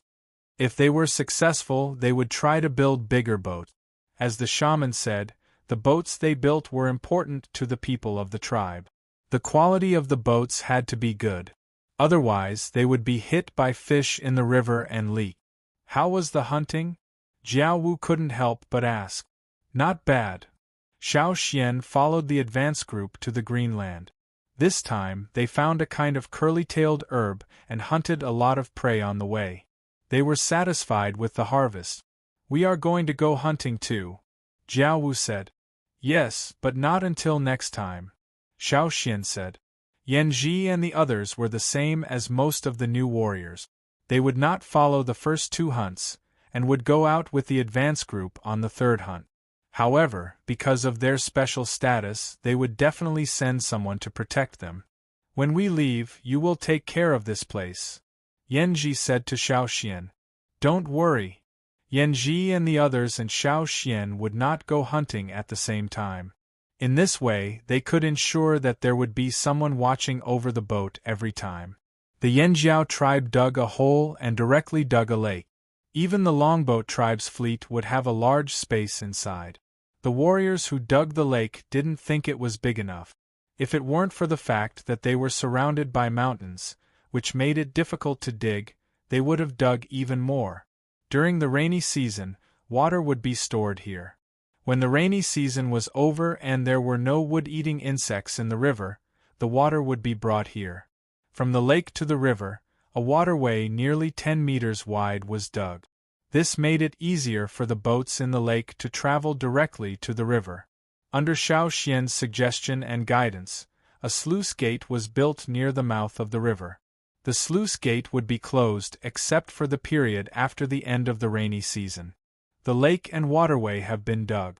We're just waiting for the rainy season to come. During the rainy season, the lake would be filled with water from the river. Unfortunately, we can't go back this year. Lang Jie looked at the dug lake and waterway and said, if it weren't for the insects in the river, we wouldn't have to spend so much effort to dig the lake.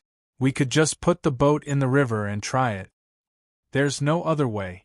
Let's wait until next year. It should be possible next year. While the people of the Yanjiao tribe were busy on the other side of the river, in the old place of the Yanjiao tribe, in the ferocious beasts mountain forest, the chief of the Wanshi tribe led a large number of people there. This time, he brought nearly 1/3 of all the warriors of the tribe. Because of various ferocious beasts and dangerous plants in the mountain forest, many of them died. But in the end, they found the old place of the Yanjiao tribe. Scraping the moss and vines on the stone with a knife, the chief of the Wanshi tribe, Bian, with blood stains on his body, looked at the words carved on the stone and read softly, Yanjiao?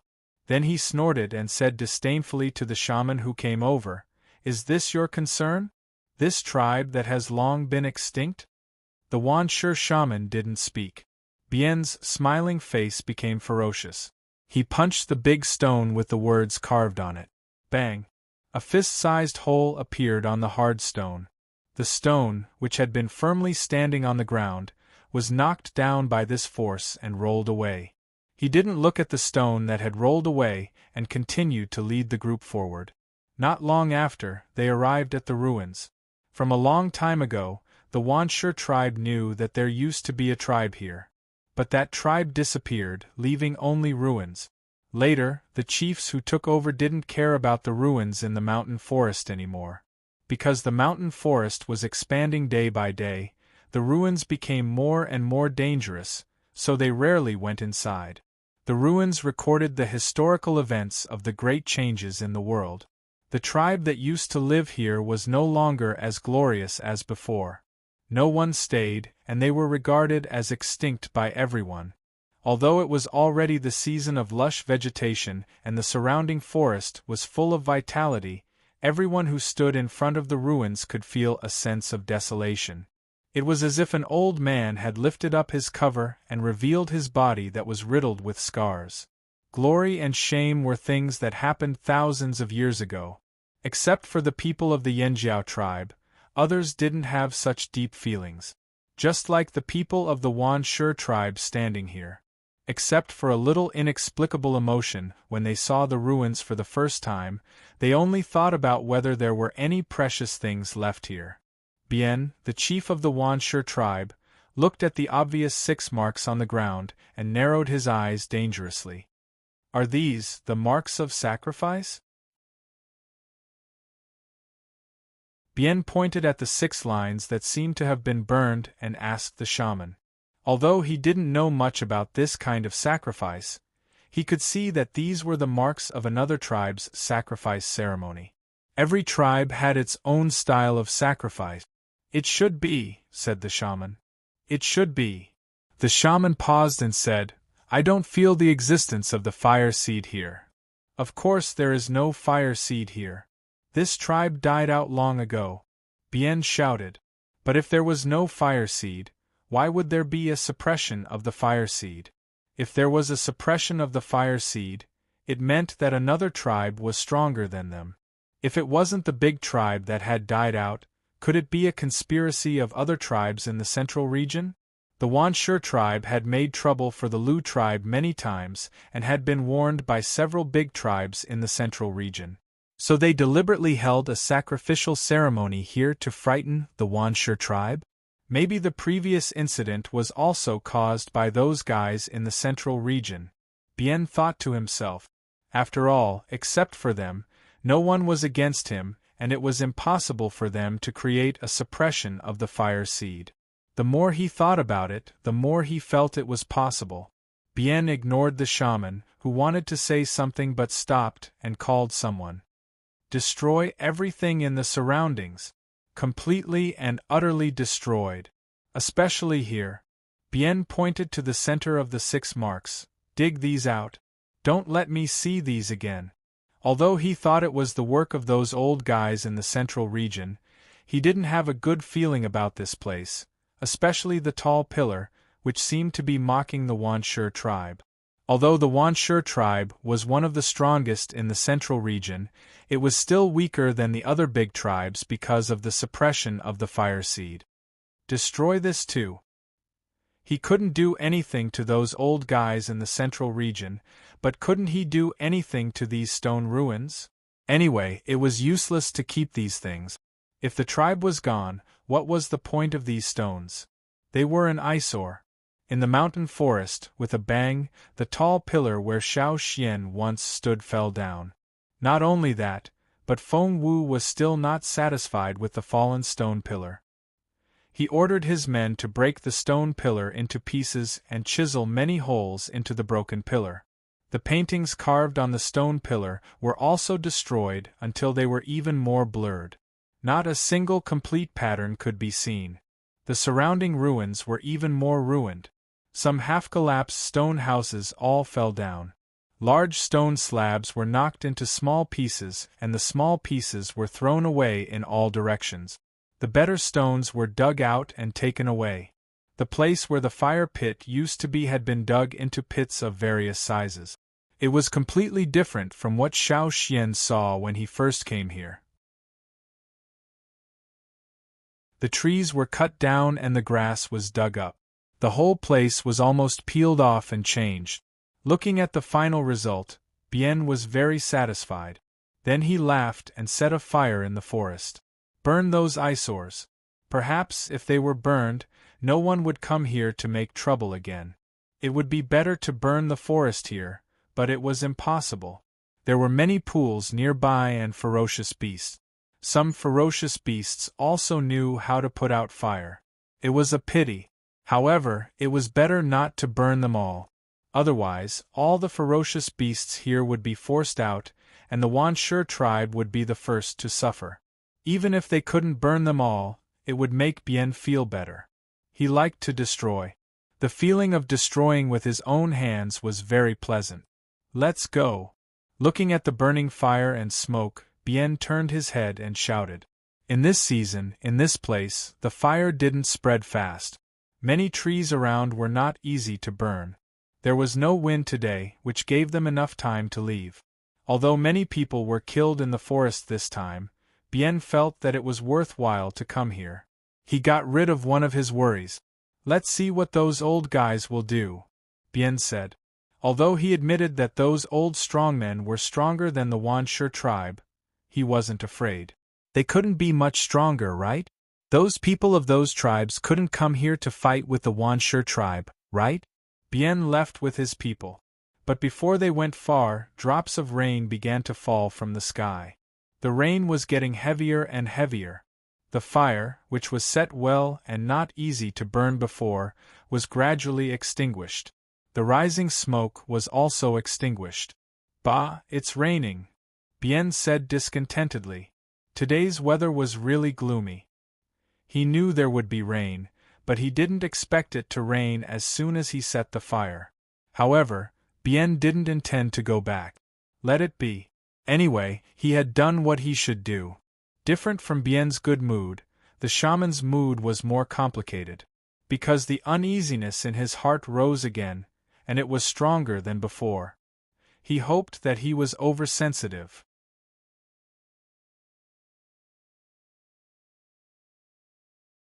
Chapter 227. After the people of the Wanshi tribe went to the old land of the Yanjiao tribe, many of them still felt a little anxious, especially the Wanshi shaman. He always felt that there was a big stone pressing on his heart, making it difficult for him to breathe. However, since then, the chief of the Wanshi tribe, Fuji, sent people into the forest again. Except for the wild beasts, ferocious beasts and some dangerous plants, there was no other abnormality. As a result, the people of the Wanshi tribe, who had been frightened by the annihilation of the Yanjiao tribe, had almost dissipated. Now the people of the Wanshi tribe felt that he had stabbed someone he didn't like. They had been worried about the other party's resistance and revenge, but they found that he was fine. Then they would stab him again. Oh, he was fine. So they started to tremble. They became bolder and became more and more fearless. Fuji finally spat out the thorn in his heart. At this time, he was more sure that the annihilation of the Yanjiao tribe and the suppression of the fire seed were all tricks played by the old guys of those tribes. But that was all. Yulan revealed a smug smile. Anyway, those people couldn't do anything to him. One of the ancestors of the Wanshi tribe once said that the central tribes would not easily start a war with the larger tribes. And this was also the reason why the successive chiefs of the Wanshi tribe didn't hide their ambitions and wantonly waved their claws. Fuji was the same. However, the Wanshi shaman was still worried. As the days went by, the big stone in his heart didn't disappear, but became heavier and heavier. Fuji didn't hide his claws, but the Wanshi shaman was afraid that one day, when the Wanshi tribe unscrupulously stretched out his claws, his arms and legs would be chopped off. No matter what the people of the Wanshi tribe were doing, on the other side of the river, the Yanjiao tribe was busy with shipbuilding and training. Since the artificial lake was filled with river water in the rainy season, shipbuilding and training had been accelerated. Except for Xiao Xian and Yanji, no one in the Yanjiao tribe had ever ridden a boat since they were born. They needed corresponding training. When the sails didn't work, they needed manpower to paddle and command. They also needed to adapt to the life on the boat. The hunting warriors' time outside had been reduced by half, and the number of hunting routes had also been reduced. Now, for the Yanjiao tribe, they only needed to ensure the basic amount of food. They didn't care too much about quality. Some wild beasts and ferocious beasts that they didn't care about before were now included in the hunting range. They weren't the only ones in the tribe who needed food. The shaman said that now the Yanjiao tribe was a whole, and no one could give up. A year passed. In the artificial lake of the Yanjiao tribe, there were already more than 20 boats. Each boat was more than 30 meters long. Except for the first 3 boats, which had only 1 deck, the others had 2 to 3 decks. After more than a year of continuous trial and error, the boats now were much better than before. Now, Yanji and the others were building a big boat, which was bigger than the other 20 boats. There were 3 big boats in total, and the wood used was excellent. The hunting teams had carefully selected the wood from various hunting grounds. Because in these 3 big boats there would be the chief and the shaman, as well as the top people in the tribe. Can we set off this year? Lang Jie, who had just finished his training on the boat, came over and asked Xiao Xian. It depends on the progress of shipbuilding and the speed of adaptation. Xiao Xian said. During this year, almost every day, everyone was preparing for the departure. Xiao Xian was called to the top of the mountain to discuss matters. When he was free, Xiao Xian also used his free time to draw a wu roll for the shaman. He drew the key points of what he had seen and heard on the other side of the river on the wu roll, so that the shaman could have a clearer understanding. Orders were passed down from the top of the mountain, and the tribe was changing rapidly. From the time Xiao Xian decided to leave the tribe until now, only 3 years had passed, but the information that everyone had access to was more than the sum of all the information they had received before. Some people were at a loss and were not so enthusiastic about the change, but more people were full of expectations. They wanted to know more new things and meet more people. This boat will probably be finished in 10 days, right? Xiao Xian looked up at the big boat in front of him and said, 10 days, there are about 20 or 30 days left in the rainy season. It's not too late. Several people next to him rubbed their hands. If the boat was finished before the rainy season, they would have a rainy season to prepare. Then when the rainy season was over, the tribe would set off. Let's see how the boat is built. If it's okay. Xiao Xian did not finish his words, but everyone knew what he meant. If the big boat was built, they could set off. On the top of the mountain, in one of the rooms of the shaman's stone house, big boxes and boxes were tidied up and placed there. In addition to the special stone materials, some of the stone boxes and boxes were replaced with wooden ones to reduce the weight.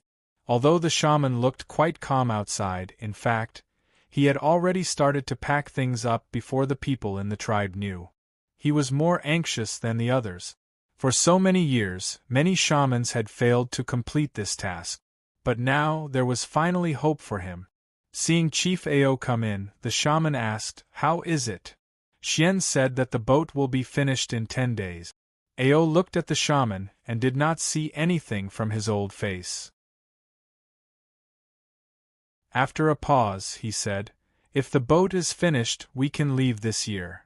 "Yes, we can leave this year." The shaman sighed. If they couldn't leave this year, they would have to wait for another year. The rainy season started early this year, but it may last a little longer. This is a rare opportunity, the shaman said. He could not accurately predict the future weather like Yang Sui of the Rain tribe, but he could give a general range. The rainy season started early and ended early. That was to say, from the end of the rainy season to the coincidence of the 2 moons, it would take a long time. It was indeed a good opportunity. If they couldn't seize it, they didn't know what would happen next year or the year after. Step up the training and restrain everyone. If anyone makes trouble. The shaman's calm face became serious. Ao nodded. I have already told Ta and Gigu. Even if the ferocious beasts are successfully engraved, if they can't control them well, don't blame me for being ruthless. Nothing could be compared with the tribe, even if the ferocious beasts were successfully tamed and engraved. 10 days later, the 3 big boats were on the artificial lake for trial. How is it? Aoidi had already come over. Staring at the 3 boats on the lake, he asked Xiao Xian and Yan Ji on the boat. There is no problem for the time being. Let's try for a while. Yan Ji said. Ao still looked serious and looked at Xiao Xian. Seeing Xiao Xian nod slightly, Ao clenched his fists and strode away. The more he walked, the faster he walked. When he went up the mountain, he could only see a shadow.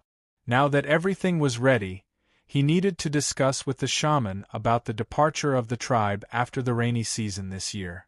The old place, I really want to see what it looks like, Ao thought.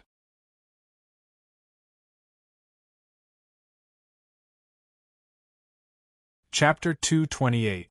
The rain washed over the earth. With the arrival of the rainy season, the giant river overlords were migrating once a year. In the river, in places that couldn't be seen, there were many aquatic creatures that were doing the same thing as the overlords of the river. Compared to the bustling river, the Yanjiao tribe was much quieter. Except for some guards who were assigned to different places, most people stayed at home. A worm came out of nowhere, moving its countless claws, and quickly crawled into the house. But a wolf's claw slammed down on it, flattening the insect that was about to enter the house. Caesar was lying in the house, almost filling up the hall. Its head was at the door, like a door god, slapping anything that tried to crawl into the house. Old Ku stood in the stone crafting room, looking at the heavy rain outside the window with hope in his eyes. Behind him, there were wooden boxes that had already been packed. In the corner of the house, there were some old stone boxes of different sizes, but they couldn't be taken away. Almost there, in the tribe, there were many people like Old Ku, who had already packed their things. Because of the limited space, there was a limit to what they could bring. If they wanted to bring more, they had to report it and get permission. Otherwise, they would just throw it away. If someone really didn't want to leave their things at home, they could just stay here with those things. At the top of the mountain, Xiao Xian saw the shaman standing by the fire pit, chanting something. During this period, the shaman would come here every day. The shaman said it was a ceremony, a farewell ceremony. When the rainy season ended, the tribe would leave this place where they had lived for nearly 1,000 years. Naturally, they would take the fire with them. The fire in the fire pit, whether it was raining, snowing, or windy, the fire was still the same, unaffected. After today's ceremony, the shaman turned around and left the fire pit, walking towards Xiao Xian. Xian, what do you think will happen when Yanjiao returns to the old land? The shaman asked. Xiao Xian thought for a while and said, "It won't be peaceful anymore." Yes, it's no longer peaceful. Shaman looked at the misty river in the distance. Although his tone was emotional, the determination in his eyes never wavered. Ao didn't say anything. His face was filled with joy, and his clenched fists showed that he was still excited. He was the chief. In the future, even after he passed away, the descendants of the Yanjiao tribe would still remember him. This was an important turning point in the history of the tribe. Their names would be recorded in the animal skin rolls that would be passed down to future generations. This was a supreme honor. After standing at the top of the mountain for a while, the shaman, Xiao Xian and Ao returned to the stone house. In the house, the two team leaders and several other old men had already arrived. All right, let's confirm our return plan again today. Ao spread out a piece of animal skin and said, "Every 2 days, this group of people would gather here. If they didn't come for a discussion, they would feel uncomfortable all over." As an important member, Xiao Xian was often called up. After all, he was the only one with sailing experience. When the rainy season finally ended, the people who had been silent for the entire rainy season became excited. It was time to leave. The people on the mountain carried large and small boxes down the mountain. Men and women, old and young, groups by groups, walked down the path of glory. Perhaps this was the last time in their lives that they would walk down this road. A child held his animal skin bag and followed his parents down the mountain. Halfway down the mountain, he looked back at the direction of his house. For some reason, he burst into tears. A big rough hand put on the child's head and turned his head to the front. "Look at the road, don't look back." Okay. At the foot of the mountain, Go and a few others who were usually in charge of delivering food to the cave instructed the children in the cave to leave. Cha-Cha grabbed several boxes that Old Ku had tied up and flew to the boat on the other side of the artificial lake. Caesar carried Old Ku on his back and went to the other side of the lake with the others at the foot of the mountain. Who would take which boat had been arranged long ago. Moreover, everyone had adapted to the boat for a period of time, so they did not immediately feel uncomfortable after getting on the boat. Xiao Xian was asked by the shaman to go up the mountain to help. The shaman had the most things. Others could reduce the boxes, but not the shaman. Even if the shaman wanted to reduce the boxes, others would not agree. Those were all left by their ancestors. The warriors who helped to move the boxes were all very careful, as if they were fragile objects. Their faces were respectful and their bodies were stiff. They had to be cautious with every step they took. After moving the boxes, Xiao Xian went to check on Old Ku's situation. After confirming that everything was fine, he went up the mountain. Before going up the mountain, Xiao Xian went to the cave to take a look. When he woke up that year, he was in this cave. In the blink of an eye, so much time had passed. When he came to the stone room with the murals, Xiao Xian looked at the painting on the wall. His eyes stopped at the end of the painting. After thinking for a while, Xiao Xian used a stone knife to carve a few words in the blank space behind the painting. We went back to the old place. After writing, he carved the word, Xian, at the end of the sentence.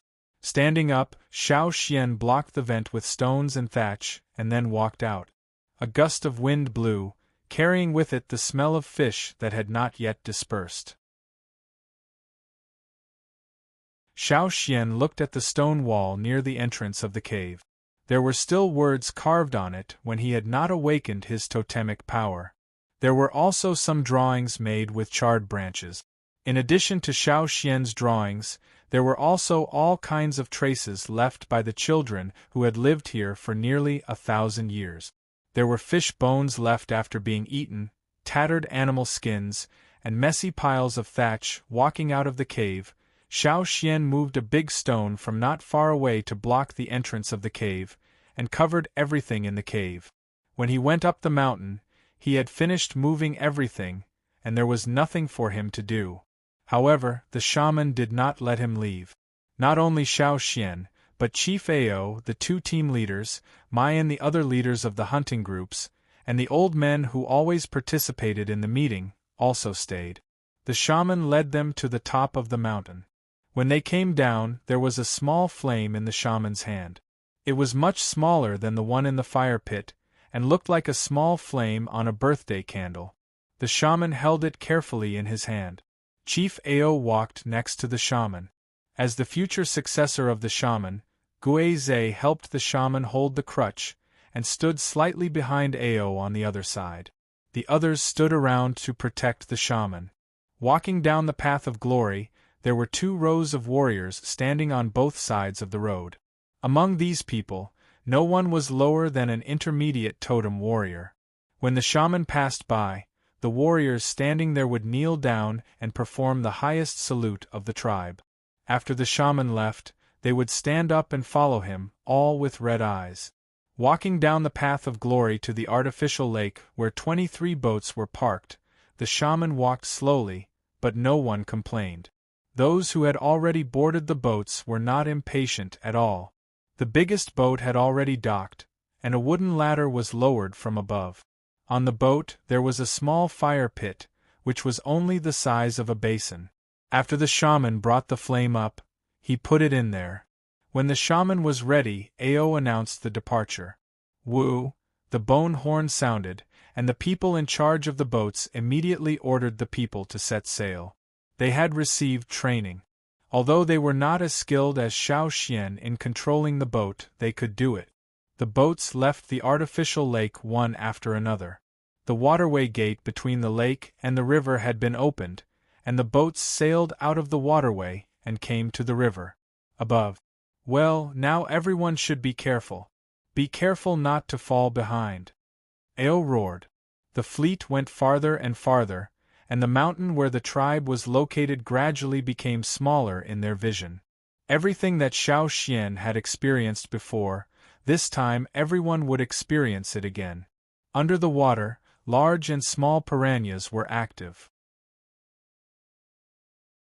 If one stood on the side of the boat and looked down, he could see many big fish that were longer than a person swimming by. Sometimes they would bump into the boat and make the boat shake. As they sailed, Xiao Xian, who had been checking the situation on the boats, found that the farther the boats were from the central boat, the more likely they were to be disturbed by the fish. At first, Xiao Xian did not understand and had various guesses. But when Xiao Xian suddenly had an idea and looked with his special vision, he found that the light emitted from the central boat touched the boats closest to it, and those boats were rarely hit by the fish. Fire seed. Grabbing Cha-Cha's eagle foot, Xiao Xian went from the boats in the outer circle to the central boat. He told the shaman and the chief about his discovery, but he did not mention his special ability. Because of the fire seed? The shaman thought for a while and his eyes lit up. Yes, the fire seed can protect the tribe from other beasts and ferocious beasts. The same goes for the fish in the river. As he spoke, the shaman chanted a spell. Just like during the ceremony, The fire seed expanded from a small flame to the whole fire pit. However, the temporary fire pit on the boat was much smaller. "Let everyone come closer," the shaman said to Ao. Ao went out and told everyone what the shaman said. The other boats moved closer, but they could not get too close. If they were too close, it would be easy to get into trouble. Walking out of the cabin, Xiao Xian looked again. The light emitted from the central boat was much brighter and expanded outwards, just enough to cover the approaching boats. Although the boats later were occasionally grazed by some overly curious big fish, the frequency was much less. It was much better than when Xiao Xian sailed alone. Day by day, the fleet sailed smoothly. In order to make the best use of time, in addition to the sails, there were people on each boat who took turns to paddle. Although there was no cha-cha pulling the boats this time, the speed of the boats was good. After determining the direction, they went straight in that direction. They tried to sail in a straight line, unless they encountered some floating dead fish or some dangerous factors. After all, if they could not reach the other side of the river before the water level dropped, all their previous efforts would be in vain.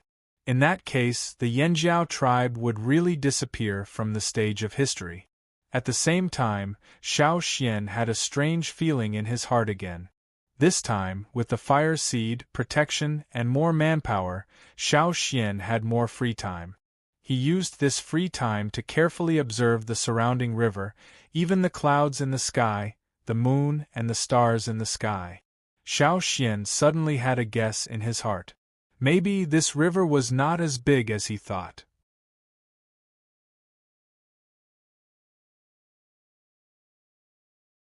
Chapter 229. The boat seemed to be moving very fast, braving the wind and waves, but it was very likely that it was only moving a little bit. The direction of the wind on the river often changed, and the direction of the water in the river was very likely to change as well. Xiao Xian had not noticed this before. When he was in the tribe, he could only see the shallow water near the shore, where it was not obvious. He could only see the horizontal changes of the river. After setting out, he focused on controlling the boat and identifying the direction, so he did not pay attention to the changes of the river's direction. Now that he observed carefully, he found that the vertical direction of the river also changed. So sometimes the boat seemed to be moving, but in fact it was just maintaining its position. This was only Xiao Xian's guess, and he could not confirm it now. However, Xiao Xian wondered if there was another relatively stable passage in other parts of the river. Where did the giant mountain eagles that went to the Eagle Mountain pass through?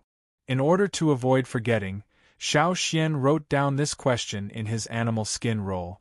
Maybe he would encounter it in the future. Especially the Hui tribe. The tribe's boat had been moving in the direction Xiao Xian pointed out. At first, some people were not used to it and even became seasick. Xiao Xian had already prepared for this. He and the shaman had researched medicine for seasickness. It worked, but it was limited. Many people were holed up in the cabin, and the energetic people were also restricted from moving. At most, they could only come out to look at the scenery outside, and watch the big fish with stripes and thorny dorsal fins downstream. Life on the river was very boring and stressful. No one could sleep well. Sometimes, as soon as they closed their eyes, the boat would shake a few times, and the sleepiness would be scared away. The fear brought by the river to the Yanjiao tribesmen was still there. In order to make sure that they reached the destination before the river level dropped, they traveled day and night, and the warriors took turns to go to the river. As the days passed, the energetic people became as listless as the seasick people. Many people were obviously thinner. The amount of water and food on the ship was also decreasing. Those who didn't work could only get a small amount of food to meet their minimum needs. The rest of the food was given to the soldiers who worked. No one had any complaints about this. The few ferocious beasts that had been successfully engraved on the ship didn't dare to wander around at all. They would be thrown into the river to feed the fishes. Every day they could only look enviously at the cha-cha that could fly around in the sky and catch fish. When Cha-Cha flew down from the sky and looked at the sky with fear, Xiao Xian informed them in advance that there was no wind around them, so Ao asked everyone to paddle with all their might. When they finally got out of the dangerous area, they looked back and found that the wooden planks thrown behind them were instantly smashed into pieces.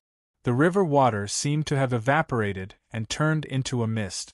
Ao and the others had the same feeling as Xiao Xian. They gasped and couldn't calm down for a long time. "This river is indeed dangerous," Ao said. Ta and Gigu looked at each other and saw the fear in each other's eyes. They nodded and agreed with Ao's words. At first, they only knew that Xiao Xian had a hard time crossing the river. There were many difficulties, but they didn't have any idea. But when they experienced it themselves, they knew how dangerous it was. If they were careless, they would be buried at the bottom of the river. After experiencing it themselves, Xiao Xian became more and more important in the hearts of the people in the tribe. It could be said that without Xiao Xian, even if the tribe built a big ship, it would be impossible to cross the river safely. "Are we almost there?" Ta looked ahead. It was still a boundless river. "It's still far away, but I think we can make it," Xiao Xian said. This year, the rainy season came early and ended early, leaving more time for the tribe. Even if the tribe's ships couldn't match the speed of Xiao Xian's last time, they could still make it. Life on the river continued. In the fleet, everyone's excitement at the beginning had already calmed down. The children on the ship either ate or slept. When they woke up, they gathered together to chat because they couldn't move freely. A long eagle cry came from the sky. The ears of the several ferocious beasts on the ship stood up and their eyes lit up. Ao and the others didn't quite understand what Cha-Cha meant. They all looked at Xiao Xian. Xiao Xian grabbed the eagle's claw and flew to the sky. When he came down, he said to the others, "We're here. We can see the river bank." Ao was overjoyed. The two team leaders also shouted excitedly. After shouting, they immediately turned back to the cabin. "Team leaders, what are they doing?" Xiao Xian was confused. Not only the two team leaders, but also Kiki and the others ran into the cabin. "Didn't we say that the drumming tribe is over there?" "Ta and the others are dressing up," Ao said and also went into the cabin.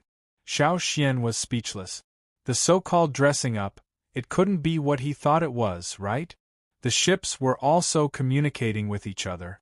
Almost every ship was experiencing the same thing. The silent cabins were bustling with noise and excitement. When Xiao Xian saw the shaman coming out of the cabin, the corners of his eyes twitched. When did the old man wear those bone ornaments on his head? He also wore a necklace made of animal teeth on his neck. The cloak was not the one he wore when he first came on the ship. At first glance, he knew it was a new leather cloak that had been carefully taken care of. Looking at the leaders, team leaders, and other totem warriors, Xiao Xian felt like a group of forest raccos were running towards them with their big feet. Bang bang bang bang, they smacked their lips and ran towards them with smoke and dust. Maybe the people of the Yanjiao tribe thought that this day was a very important day. Moreover, didn't the shaman and the chief say that they had to leave a good impression on the first tribe they saw and the first partner they cooperated with?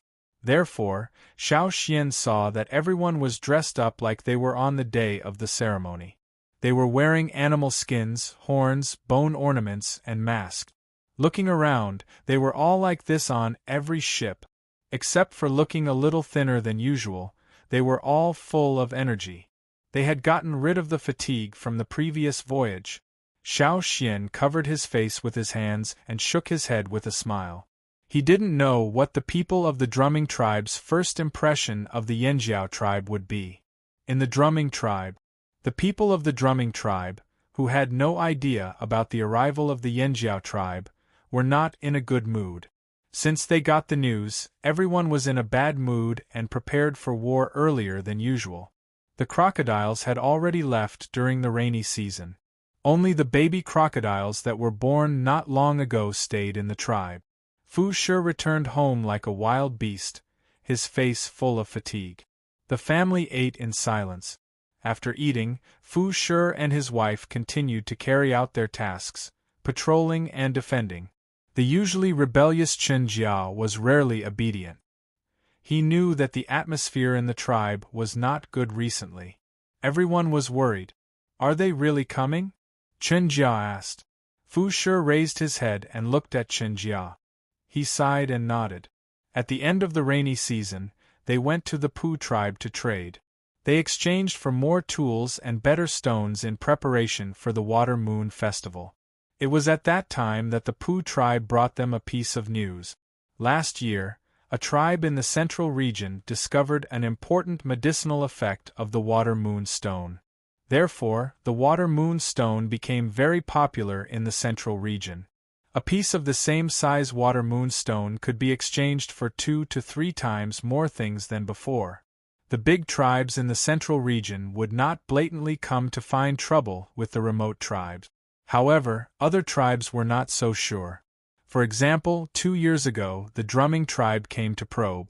It was said that because the drumming tribe failed that time, this time, they were likely to join forces with other tribes to snatch the Water Moon Stone. The drumming tribe alone was enough for the drumming tribe. If there were other tribes, it would be even more difficult. Moreover, since they heard that the drumming tribe would be found trouble, the Luo tribe and other tribes that were relatively close began to avoid the drumming tribe. If the drumming tribe wanted to ask them for help, it would be impossible. Everyone avoided them, for fear of getting into trouble. As for the Pu tribe, they only provided some information and clues. It was impossible for them to get involved in such trouble. Therefore, the chief of the drumming tribe, Fan Mu, was very worried. Since the day he received the news, he could not sleep well. He could only ask the people in the tribe to prepare as many tools and weapons as possible. This year may be the most difficult year for the drumming tribe, Fan Mu said. The shaman of the drumming tribe sat next to him. He looked worried, as did the others around him. The Water Moon Stone became more precious. This was a good thing, but also a bad thing. The good thing was that the drumming tribe could use the Water Moon Stone to exchange for more things. The bad thing was that they did not know if they could keep these Water Moon Stones. Why are we afraid of them? If they want to come, we'll kill them all.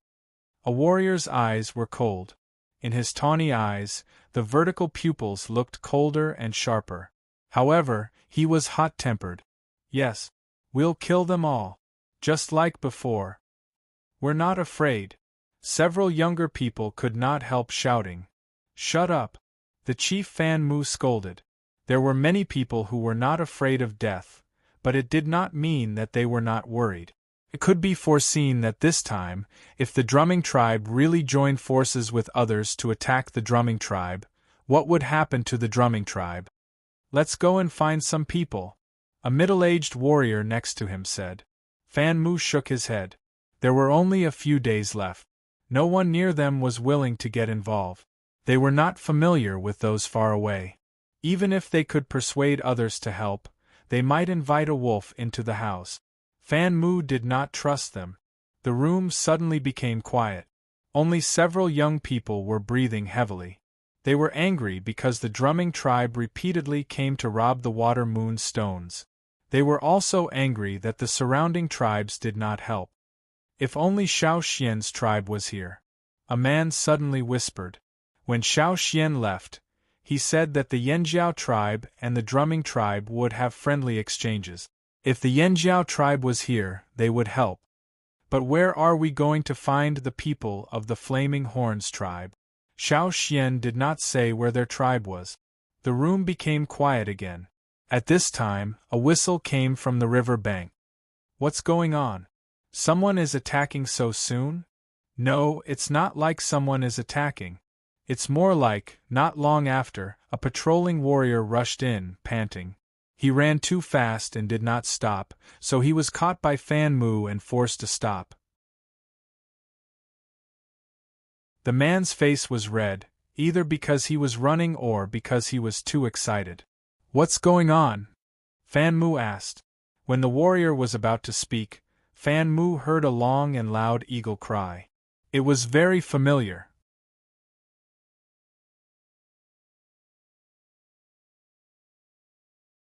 Chapter 230.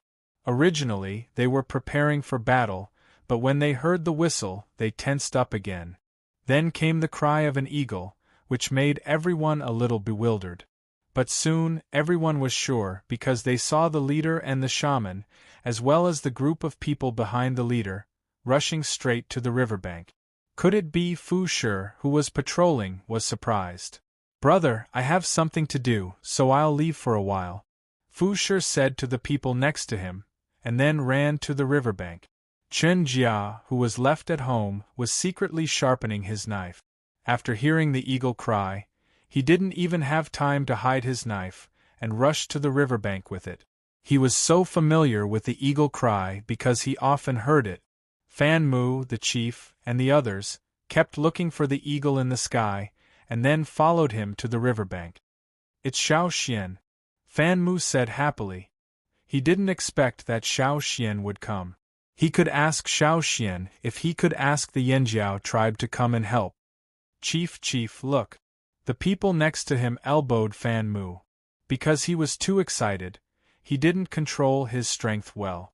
Usually, he wouldn't dare to do this, but at this time, he didn't care. Fan Mu was about to ask, but when he looked down and saw the situation on the river, he suddenly opened his eyes wide. Not only Fan Mu, but also everyone who came to see the scene in front of them were stunned. On the surface of the river in the distance, many boats were approaching this place. Although they couldn't compare with some boats of the Longboat tribe, for the people of the Drumming tribe, these were the biggest and best boats they had ever seen, especially the three in the front. Is that the Longboat tribe? This was the first thought that came to the people who saw the fleet. No, it's not. That's the Yanjiao tribe. The people next to him shouted, and their voices were trembling with excitement. Although the boats were still a little far away, people with good eyesight could vaguely see the patterns painted on the sails, which were like the totem patterns of the Yanjiao tribe they had seen in Xiao Xian's place. The Yanjiao tribe. It was said that Xiao Xian had a good relationship with the Yanjiao tribe. Did the Yanjiao tribe get the news and come to help? If so, it would be great. When the people around them were avoiding them like the plague, when they thought that they would have to face the attacks from all sides alone, when they were planning to suffer the greatest loss, a helper came. How great was this news! On the other side, the people on the boat, they were getting closer and closer. We're finally reaching the shore. Are they people of the Drumming tribe? Are they all coming to welcome us? So many people. Tua, can you help me check if the horns on my head are crooked? Didn't they said there were crocodiles? Where are the crocodiles? Where are the crocodiles? Cha-cha, cha-cha, ao, aos, Aos ao tribe aos ao tribes, ao and ao. Ao. Was, after all, of ao bb ao of the ao. This was ao. He was trying to maintain a dignified image of a leader, but he was sweating too much because he wiped his palms on his animal skin coat from time to time. The shaman kept a standard shaman smile and looked calm. If people didn't know him well, they would think that the old man was very calm. Cha-Cha, who flew over first, hovered in the air for a while. He didn't land until the chief and the shaman of the Drumming tribe arrived. When he was close to the ground, Xiao Xian loosened his hand holding the eagle's claw and landed on the ground, standing steadily. Everyone, long time no see. Xiao Xian looked at the people of the Drumming tribe and smiled. Xiao Xian, you've grown taller. Are you here to help? Xiao Xian, are the people behind you from your tribe? Fan Mu pushed aside the people squeezing forward, suppressed the excitement and joy in his heart, and said to Xiao Xian, long time no see. Welcome to the Drumming tribe again. Well, our tribe is going back to the old haunt this time, so we need to pass through your tribe. Sorry to bother you, Xiao Xian said. In the drumming tribe, there were several tributaries flowing to the river, one of which was relatively wide. Now the river level hadn't dropped much, so boats could go in from there. No problem. Fan Mu agreed without hesitation, but glanced at the shaman, and then said to Xiao Xian, I'll meet them in person.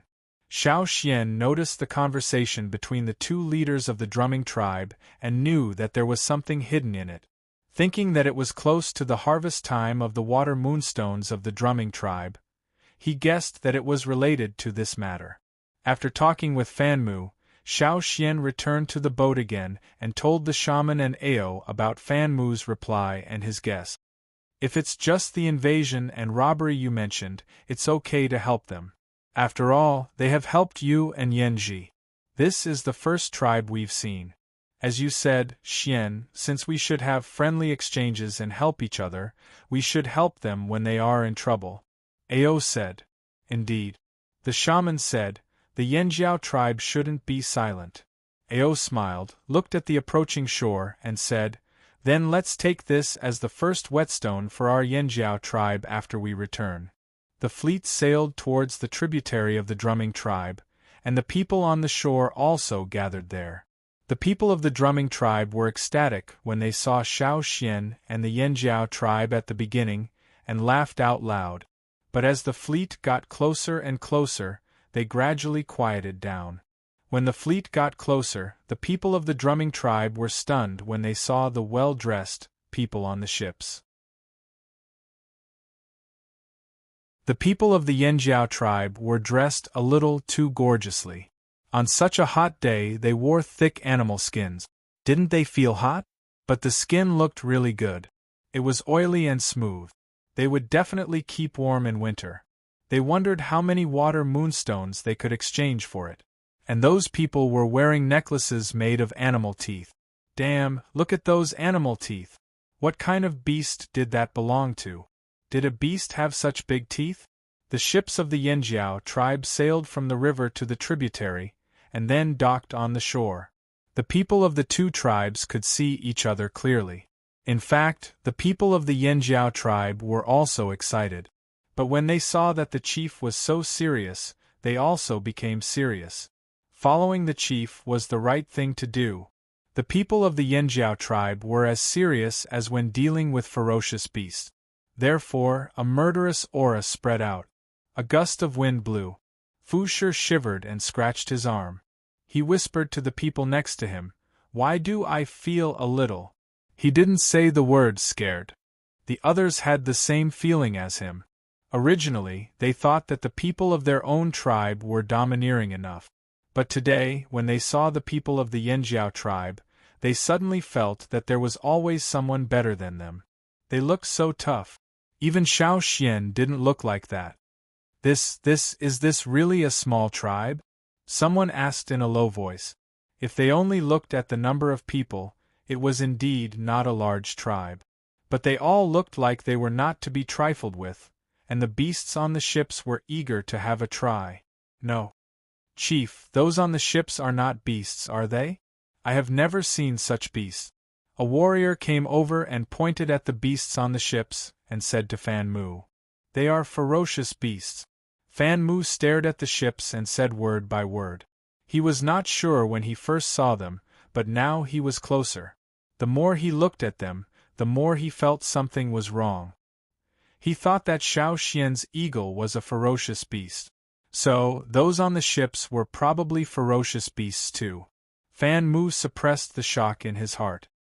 His palm holding the knife was sweaty. He really didn't expect that the Yanjiao tribe would be such a tribe. Even though there were not many people, Fan Mu was sure that if the two sides fought now, the drumming tribe would definitely be at a disadvantage, and it would be very miserable. The wooden ladder was put down. On the largest ship, the chief and the shaman walked down side by side.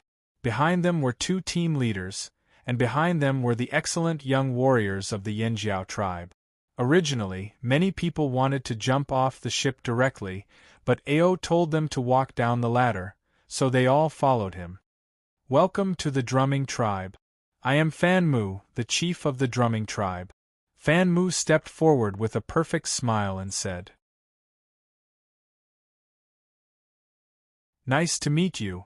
Ao's serious face also showed a smile. I am Ao, the chief of the Yanjiao tribe. The two shamans also faced each other and saluted in the way of their respective tribes. For shamans, saluting was also a very important thing, just like a ceremony. After the introduction, one of the two shamans smiled mysteriously, while the other smiled meaningfully. It seemed that everything was understood without words. Xiao Xian, who was watching aside, was speechless. It was not easy to be a shaman. Look at these two, they seemed to have had a deep conversation before they spoke.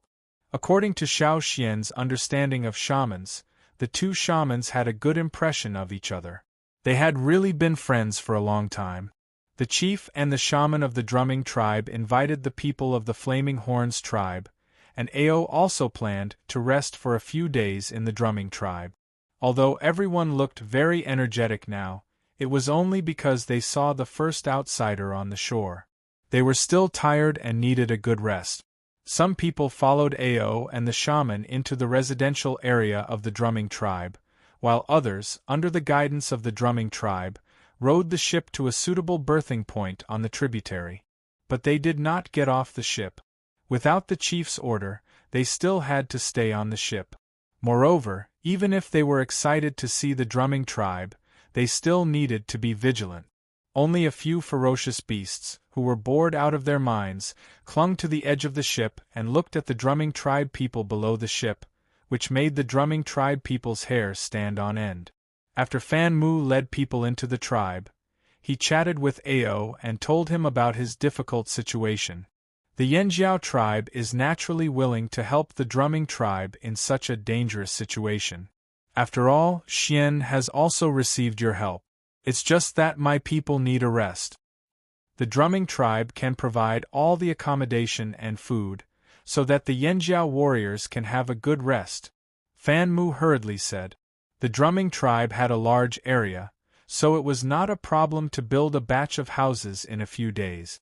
We can solve the problem of food by ourselves. We only need some houses. After all, there was still the ship.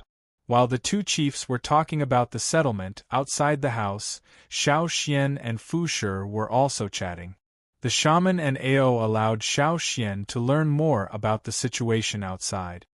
Those bastards who robbed the water moonstones. I heard that they found a helper this year, Xiao Xian. If you didn't come, the drumming tribe might have to face them alone. Fu Shi said angrily. Listening to Fu Shi, Xiao Xian also roughly understood what was going to happen. Don't worry, we won't stand by and do nothing, Xiao Xian said. Ao had already decided to use this matter as the first whetstone. Moreover, the warriors had been bored out of their minds these days, so their hands must have been itching for a long time. The difference was that the warriors of the tribe faced ferocious beasts before, but now they had to face people. Ao wanted to see the warriors' performance.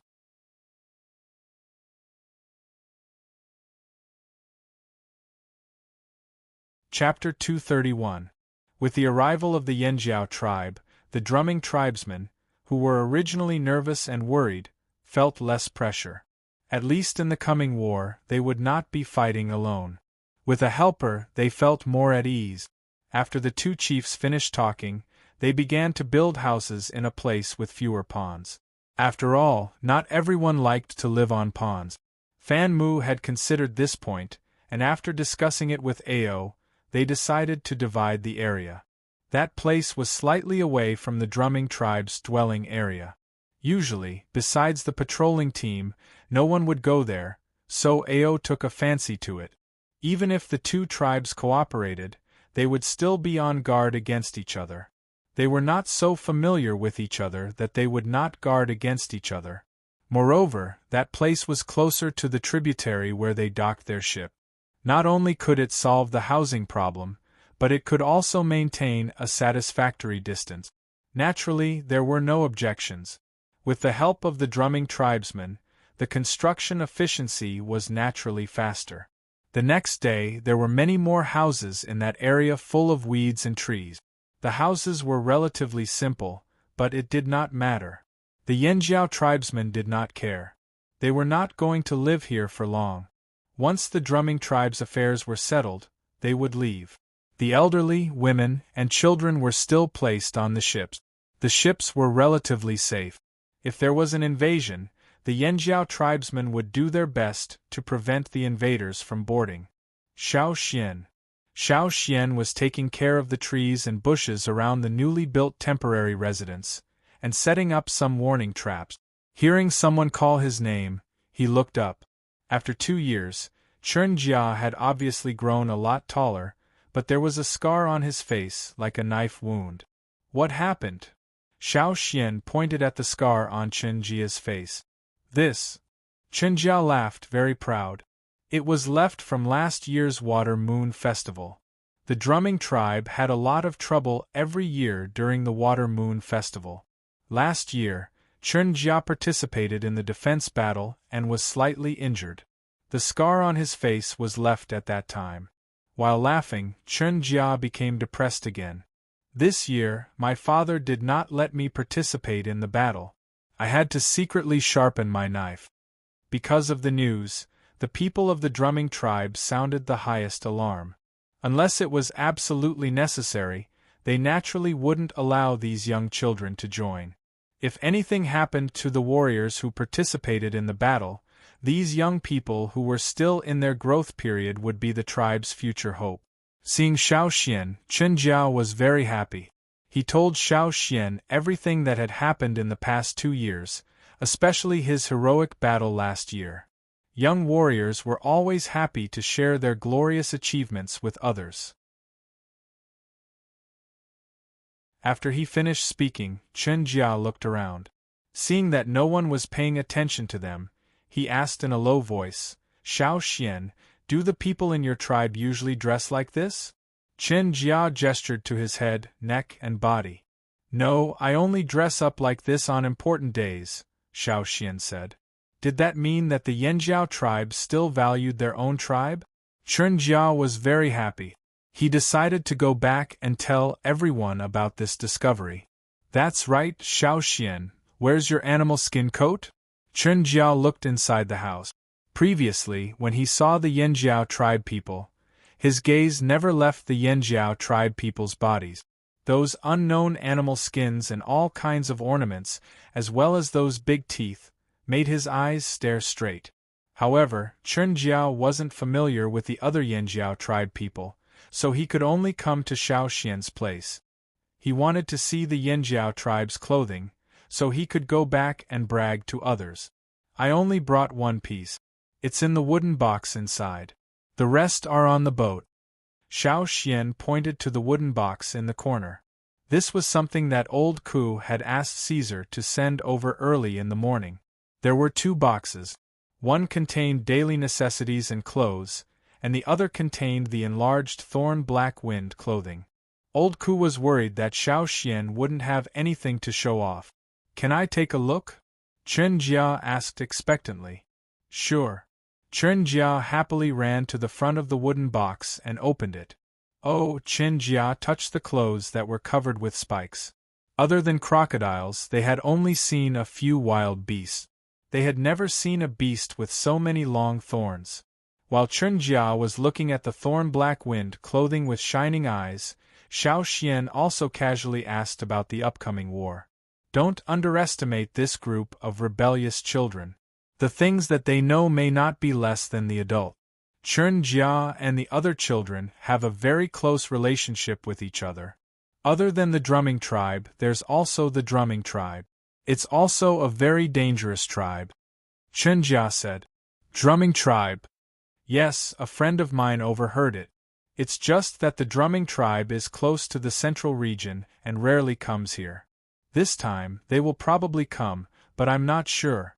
Chen Jia told Xiao Xian all the information he had gathered. As Xiao Xian listened, he changed the direction of the thin silk thread in his hand. He thought to himself, It seems that this time, there will be many people coming here to snatch the water moonstones. Moreover, they are all fierce characters.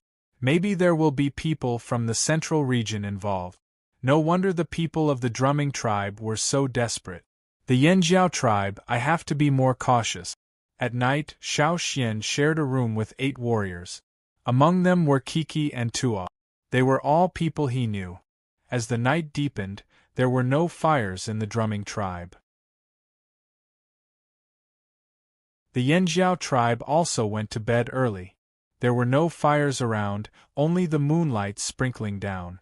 In the middle of the night, Kiki woke up because he wanted to pee. He got up in a daze and went outside to relieve himself. Not long after Kiki went out, an undetectable buzzing sound was heard. Xiao Xian suddenly opened his eyes and carefully identified the direction of the silk thread. Xiao Xian took out his leather whistle and blew it a few times. It sounded like the sound of insects in the night. Kiki, who was walking in a daze from his room into the forest, suddenly stopped. He yawned and continued to walk forward. However, after stretching his body, he put his hand on the hilt of the knife at his waist. It was a habit of hunting. When outside, no matter where, no matter what, the knife would never leave his body. It was the first time he came to such a strange tribe, so he had to be more careful. Except for the first day when everyone dressed up, they changed back to their original clothes on the second day, which made it easier to work. At this time, most of the people of the Yanjiao tribe were wearing sleeveless animal skin clothes. On Keek's exposed strong arms, the muscles were like hard stones, and the meridians on his arms were pulsing. His strong body looked like a solid wall. At first glance, he really did look like someone from the drumming tribe. Kiki walked into the depths of the forest step by step. While walking, Kiki suddenly adjusted the totem power in his body to the limit. The momentum around his body rose instantly, and the flame-like lines appeared clearly on his exposed arms. He stomped his feet on the ground, splashing mud and grass. Keek's figure shot out like a bullet, rushing in one direction. Was he discovered? The man in the grass didn't know how he was discovered so quickly, even though he was good at hiding. When did the people of the drumming tribe become so sharp? The man hiding in the grass didn't expect that the sleepy guy would suddenly attack. Moreover, the guy was running straight towards him. He was so fast that he didn't have much time to react. This kind of attack was similar to the people of the drumming tribe, who broke out in an instant and closely followed the prey. The person in the grass also reacted quickly. He hurriedly stepped back a few meters. His movement was not as fierce as Keek's, but it was also very fast. His figure flashed from left to right, and the next moment, he suddenly rushed to another direction like lightning. His whole person was like a ghost in the night, drifting unpredictably. He thought that after dodging the first explosion, he would be able to get rid of the opponent's tight chase. But soon, he found that it was useless. The wall-like figure kept chasing him, and became more and more flexible. His speed was no slower than his. How could it be? The man who was dodging was horrified. Didn't they say that when facing the people of the drumming tribe, as long as he dodged the first explosion, he would be able to get rid of them? But what was going on now? The two sides were getting closer and closer. The stone knife flashed with the night wind, mixed with the cold, killing intent. The man only felt a gust of wind. His sensitive nose was full of fierce blood smell. It didn't smell like human blood, but more like something more dangerous. The man's eyes flashed with despair. His whole body was cold, and his legs seemed to be frozen. His movements were slow for a moment. He could hear the sound of his heart beating like a thunder drum. In the sparse woods, under the moonlight, Keek's face also became clear. Seeing Keek's face, the man's pupils shrank. No. This was not the people of the drumming tribe. Who the hell was this? Before he lost consciousness, he could only see the shadow of the knife and the flame-like lines under the moonlight.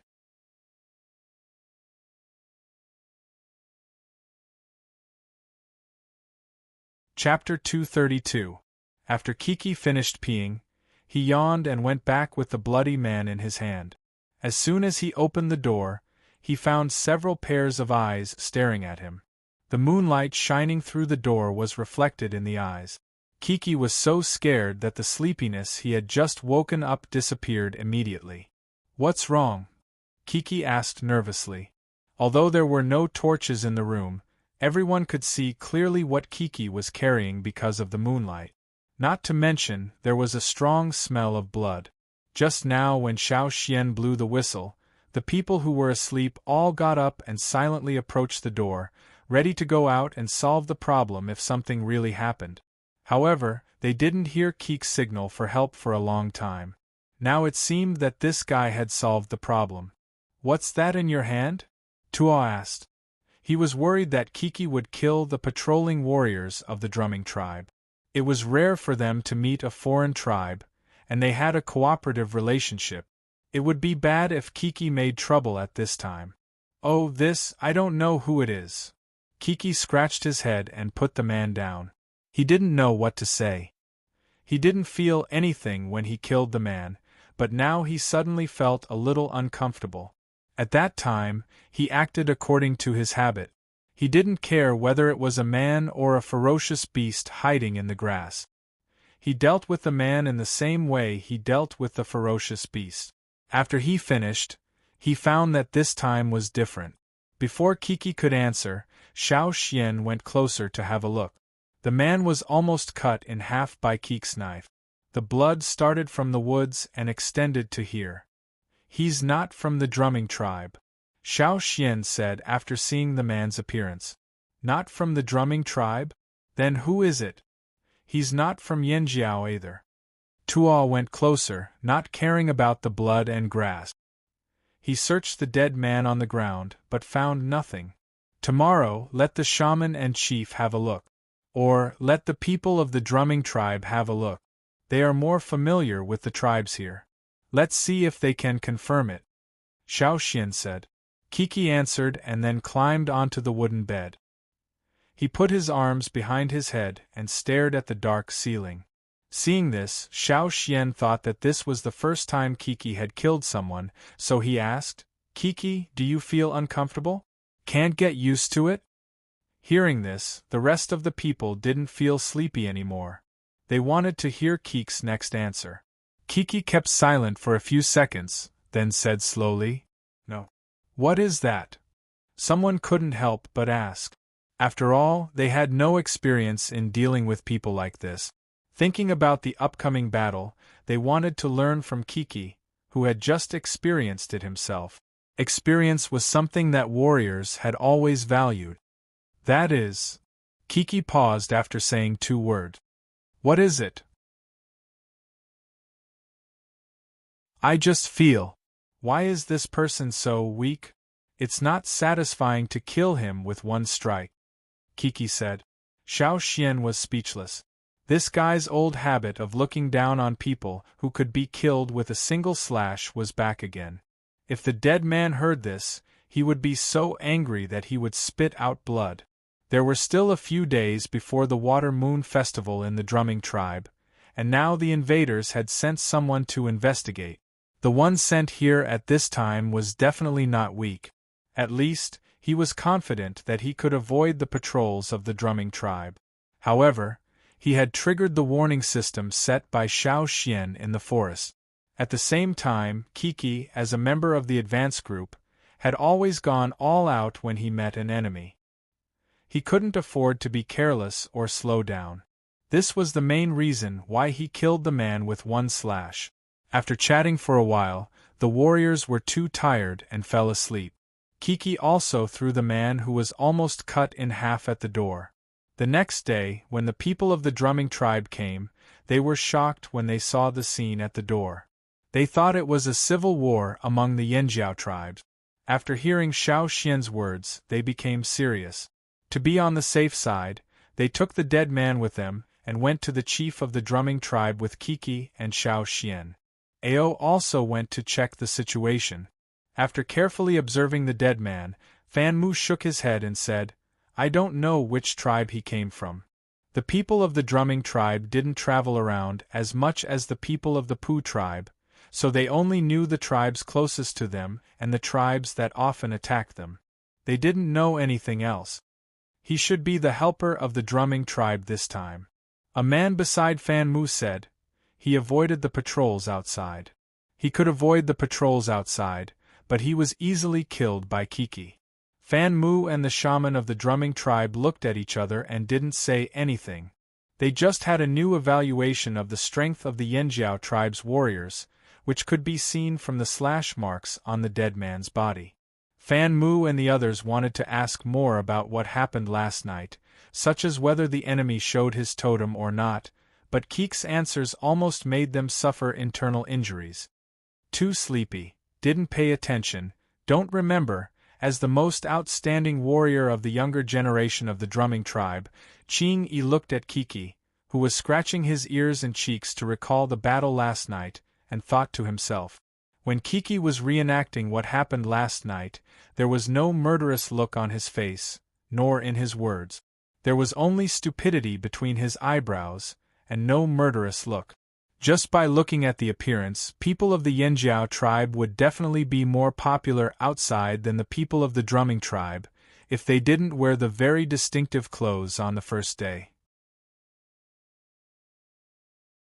It was a matter of appearance. People of the drumming tribe generally looked more exaggerated. However, as a person who often led a team to trade, Ching Yi had an instinct of dealing with different people. He could feel a kind of dangerous aura from Kiki, like the wild beasts in the deep mountains who would kill their prey once they set their eyes on it.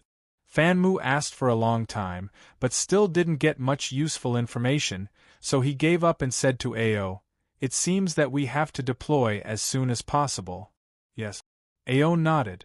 When the people of the drumming tribe and the people of the Yanjiao tribe were discussing how to deploy, hundreds of people of the drumming tribe gathered in a mountain not far from the border of the drumming tribe. The man in the lead was tall and thin, wearing black animal skin. On his face, a scar extended from his forehead to his jaw and crossed his whole face. Coupled with his gloomy eyes, he looked like a poisonous snake. He was the leader who led the drumming tribe to attack the drumming tribe and rob the water moonstones, Ji. The man in the lead was holding a half-meter-long knife made of animal bones, looking in the direction of the drumming tribe. After a short while, he heard something, so he looked back and raised his chin. "Finally here? I thought you gave up this good thing. I didn't expect you to still come. Let me be happy for nothing." Nearly 500 people came over. Although these people looked very ordinary, not as strong as the people of the drumming tribe, and not as murderous as the people of the drumming tribe, their footsteps were very light. This was not intentional, but a kind of habit, a habit cultivated since childhood. Among them, each totem warrior was holding a dagger-like long-handled weapon made of stone, animal bones, or beast horns. It's rare to have such a good opportunity. We of the drumming tribe certainly won't give it up. Among the people who came over, the leader laughed. As for the reason why we are late, we sent 2 people to the drumming tribe yesterday, but only one came back this morning. The man who was laughing just now, the smile in his eyes disappeared in an instant, and was replaced by gloominess and fierceness. Such a rapid change was very strange. Ji frowned, and the scar on his face became more and more ferocious. "What do you want to say? You didn't tell us that the people of the drumming tribe found helpers," the man said angrily. "Helpers? Ji looked sideways at the leader of the drumming tribe, the corners of his mouth raised, and there was a trace of disdain in his eyes. "So what? If the drumming tribe is afraid, you can leave now. The drumming tribe never begged you to come with us, and we don't need it." In Ji's view, even if the drumming tribe found helpers, they would be some small tribes with little sense of existence in the periphery, and there was nothing to be afraid of. In your dreams. The leader of the drumming tribe sneered. In fact, his idea was similar to Ji's. After all, this was not the central region. They didn't need to be careful in everything. He was just more cautious than Ji. Of the two people sent out, only one came back, and the other didn't come back at the agreed time. Obviously, something happened. We still have to be careful. It's good to send someone to inquire about it. The person I sent out to inquire only heard that they found helpers, but didn't find out who the helpers of the drumming tribe were. The defense of the drumming tribe is much tighter, and he couldn't go deep into the residence of the drumming tribe to inquire. Enough. Ji impatiently interrupted the other party's words, saying, even if the group of Gorloks found helpers, who could they find? Look at how timid you are. The people of the drumming tribe thought, do you think everyone is as greedy and crazy as the people of the drumming tribe? The people of the drumming tribe were just greedy, but they were also afraid of death. If they lost their lives, why would they want precious things? Ji looked at the people of the drumming tribe sarcastically, and then glanced at other places on the mountain. On this mountain and the surrounding mountains, there were many people who wanted to play the game of mantis stalking the cicada, unaware of the oriole behind. Some people wanted to sneak into the drumming tribe when the battle was chaotic. Ji didn't intend to pay attention to these people. When they got all the things in their hands, they would deal with these weak and poor creatures. Ji took out a wooden whistle and blew it. Whoosh! A figure flew over the woods behind him and hovered in the sky twice, as if showing its heroic appearance to the people below. A kite trained by the feather tribe? The leader of the drumming tribe was surprised.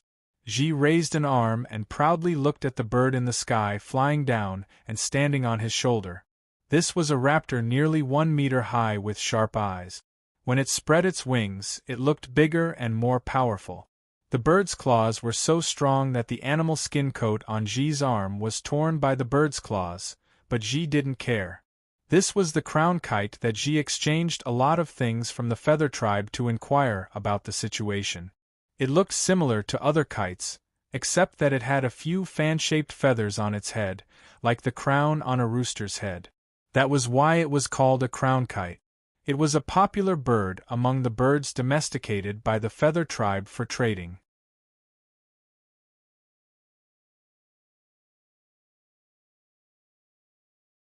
Chapter 233. This kind of bird in the feather tribe was usually exchanged by other tribes to help them find people or inquire about some simple information. It could also be used as an early warning. However, to exchange for this kind of bird, a lot of food was needed. If you used shell coins, you would need several bunches to exchange for one bird. And this kind of crowned kite needed more things. It was expensive but very popular, especially in the central region. Maybe the failure made the drumming tribe a little worried, so this time they didn't hesitate to exchange for a crown kite at a high price. The crown kite was good at inquiring about the situation. It was this crown kite that told Ji about the other people hiding in the surrounding forest. In addition, the crown kite was more powerful than the common kite. When the crown kite was there, many birds in the forest would avoid it. Even if they didn't, they wouldn't collide with it easily. Ji showed the crown kite standing on his arm to the drumming tribe people, and then said slowly, "It's up to us to inquire about the situation over there." The people of the drumming tribe agreed with Ji's action very much, thinking that this man was not so crazy as to be brainless. But he must have spent a lot of things to exchange for such a bird from the feather tribe. If it were their drumming tribe, they wouldn't exchange too many things for a bird. Ji said something to the crown kite and raised his arm. "Go!" The crown kite flew up and screamed, as if it was asking other birds around to make way for it. Looking at the figure flying to the drumming tribe in the sky, Ji's smile became bigger and bigger. It won't take long for it to come back and tell us about the situation in the drumming tribe. Unfortunately, as soon as Ji finished his words and the smile on his face didn't disappear, he saw the crown kite that flew into the territory of the drumming tribe hurriedly fly back here, flapping its wings hard, as if something was chasing it. If it was a beast running on the ground, it could really be described as pissing in its pants. The drumming tribe people looked at the crown kite flying back in the sky, and turned to look at Ji, who was standing there with a stiff smile on his face. Was this what he meant by, "It won't take long to know"? Wasn't it too fast? Anyone who saw such a situation would be suspicious. It was not the right way to inquire. Obviously, there was something wrong. Suppressing the anger in his heart, Ji took out the wooden whistle and blew it, trying hard not to crush it. After hearing the whistle, the flying crown kite stopped flapping its wings for a while, but it didn't mean to stop. It glided directly over their heads and disappeared in the blink of an eye. No matter how Ji whistled or called, the eagle didn't come out. Ha ha ha! The leader of the drumming tribe laughed out loud. He was happy to see the drumming tribe make a fool of themselves. After spending so many things, this was all he got in return. Puh! Ji was so angry that he crushed the wooden whistle. There's no need to investigate anymore. When the time comes, just charge.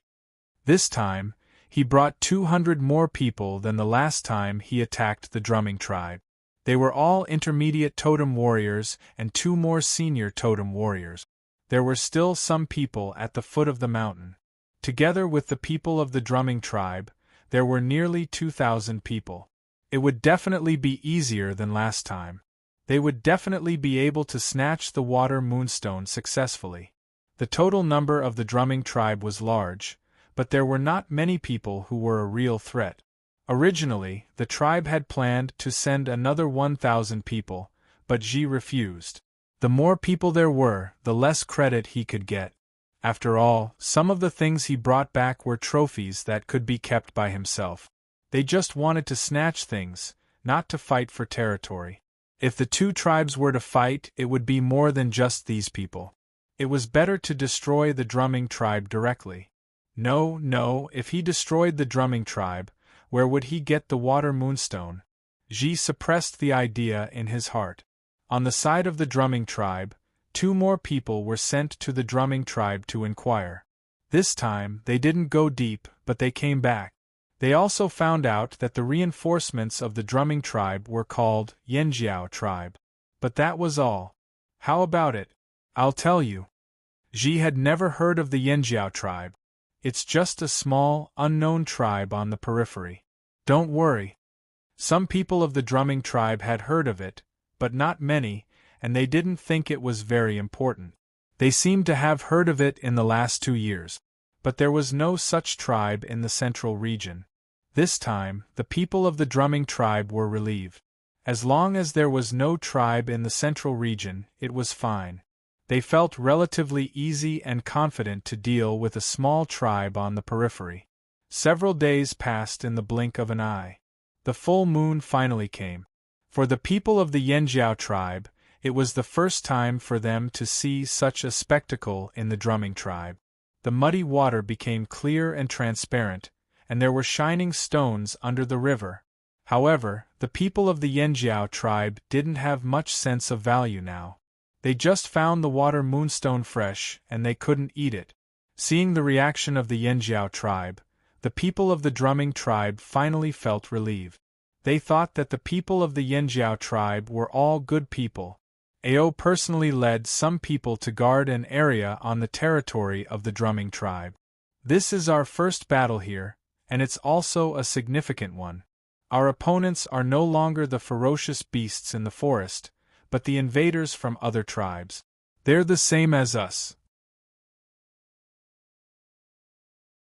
But what I want to say is, although the invaders are also humans and not ferocious beasts, I still hope you can treat them seriously like how you hunt ferocious beasts. Just like Kiki, let these invaders see the ability of the Yanjiao tribe. Let them remember how the Yanjiao tribe defeated them. Being praised by the chief in public, Kiki felt very proud. What's there to be proud of? When the time comes, I'll definitely hunt more than you. Tua and the others secretly thought.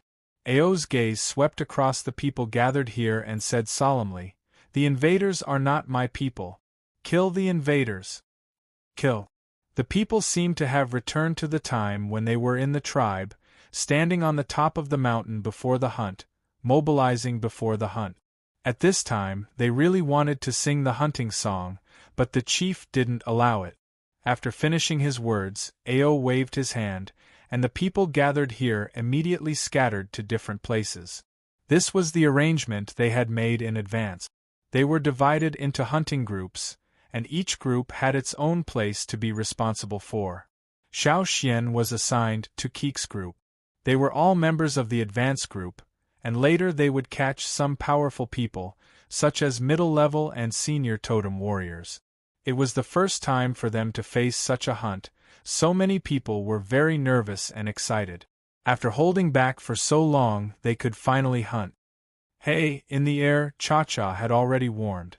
Then, not far away, there came the sound of the people patrolling outside the drumming tribe. This meant that the people over there had officially set off. Ao stood in the same place and didn't move. He quietly listened to the movements nearby, as well as some small sounds in the distance that were quickly approaching. Whoosh, an arrow, from the other side of the forest, was shot towards Ao, who was standing there, straight to his face. This arrow was carefully made, and the arrowhead was also polished with the best stone material, which could easily penetrate a tree trunk. The archer's archery was also very good. The arrow passed through the forest, but didn't touch a branch or a leaf. Instead, it caught a little gap that was difficult to find in the forest. However, when this fierce arrow was half an arm away from Ao, it was firmly caught and then thrown back. It almost followed the trajectory of the arrow, but after all, it missed Ao a little. Finally, with a tut sound, it shot into the trunk of a tree. Ji, who shot this arrow, looked at Ao, who was across the forest.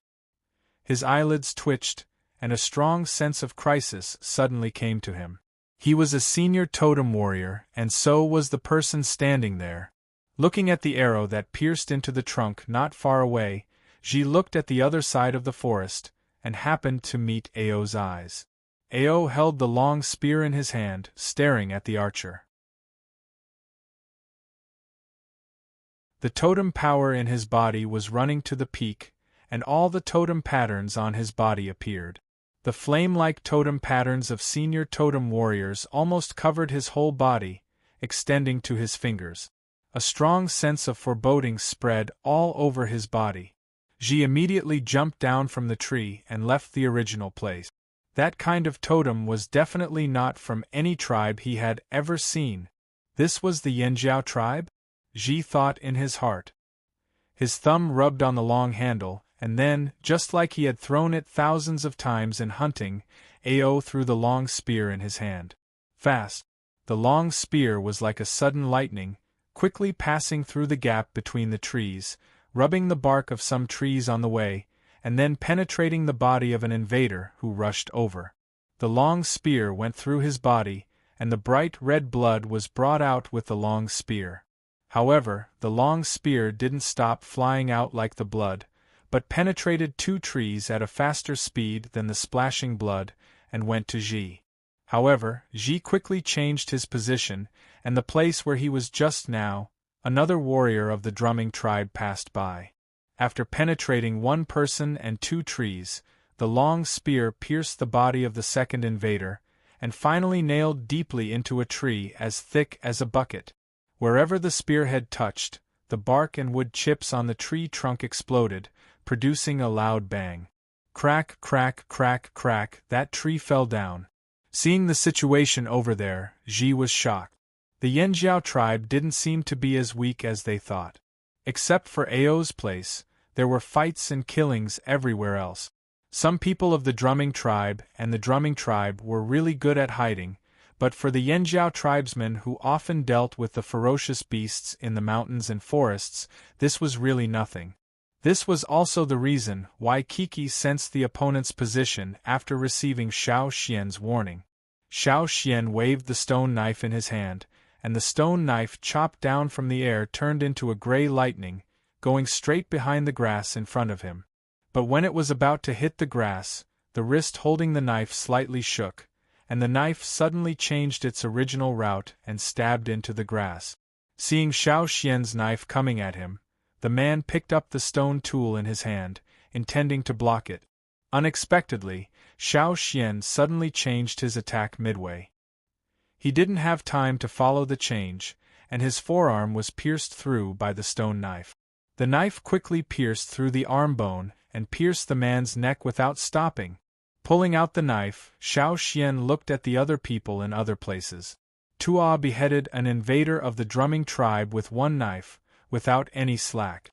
As Ao said, he treated every invader like how he faced the ferocious beasts when he was hunting. The burst of totem power, every swing of the knife, every attack, was just like when he was hunting in the mountains and forests of the tribe. He didn't use the knife, but once he did, he used the strength to chop the ferocious beast. Even the ferocious beasts with thick skin and hard armor would bleed if they were hit, let alone these unarmored humans. Tuo's knife was even more powerful than Keek's that day. The man who was hit by Tuo's knife didn't even have time to say a word before his body split open. Hot blood sprayed out, splashing on the ground, on the tree trunk, in the grass, and even on Tuo's body. Without stopping, Tuo quickly set his target on the second intruder. He waved his sword before Xiao Xian could. The blade quickly drew a horizontal arc in the air, and the second intruder was directly cut in half at the waist. The attack was executed in a single breath. The speed, the ruthlessness, and the ferocity of the saber completely exceeded the invader's imagination. Puff! The color of blood spread out like a red fountain. The man who was hit by the knife was still in the air, but below the waist, he ran 2 steps before falling down. When Fu Shi came over with 2 warriors of the drumming tribe to check on the situation of the Yanjiao tribe, they happened to see this scene. They had seen many similar situations along the way, and it had already made them feel a chill in their hearts. Sucking in a cold breath with the smell of blood, and then looking at the violent man in the killing field who was abnormally calm, Fu Shi and the others suddenly felt the hair on their heads stand up. What kind of people were these? They were not inferior to the style of the drumming tribe at all. Even more terrifying, there was a kind of momentum that made people directly shrink back. The people of the drumming tribe also violently tore people apart, but when they saw the way the Yanjiao tribe acted, they couldn't help but suck in a cold breath. Noticing the arrival of Fu Shi and the others, and after cutting down the third invader, Tuo looked back in the direction of Fu Shi and the others and smiled in a friendly way. However, because he was on the battlefield, his eyes flashed with a little bit of cold light. Taking a deep breath, and then another, Fu Shi and the others felt like they were poured with the coldest ice in winter, and their bodies were about to explode from the cold. The drumming tribe was bloodthirsty? Yes. The drumming tribe was more bloodthirsty? Of course it was. Then what about the Yanjiao tribe? The people of the drumming tribe couldn't help but ask this question in their hearts. This was no longer a question of whether they were bloodthirsty or not, this was more like another level of killing. Looking at the stunned reactions of Fu Shi and the others, Xiao Xian actually felt very emotional. Before, he had thought that the people of the Yanjiao tribe would be merciful because it was the first time they faced a fellow human invader, and that would cause some psychological and physiological reactions. However, Xiao Xian admitted that he was still too naive. From Keek's time, Xiao Xian knew that when facing the same kind, the so-called psychological and physiological reactions were almost non-existent. Here, there was only the tribe, their own people, and the enemy. This was probably deeply engraved in their blood since birth. Of course, this also included Xiao Xian's current body.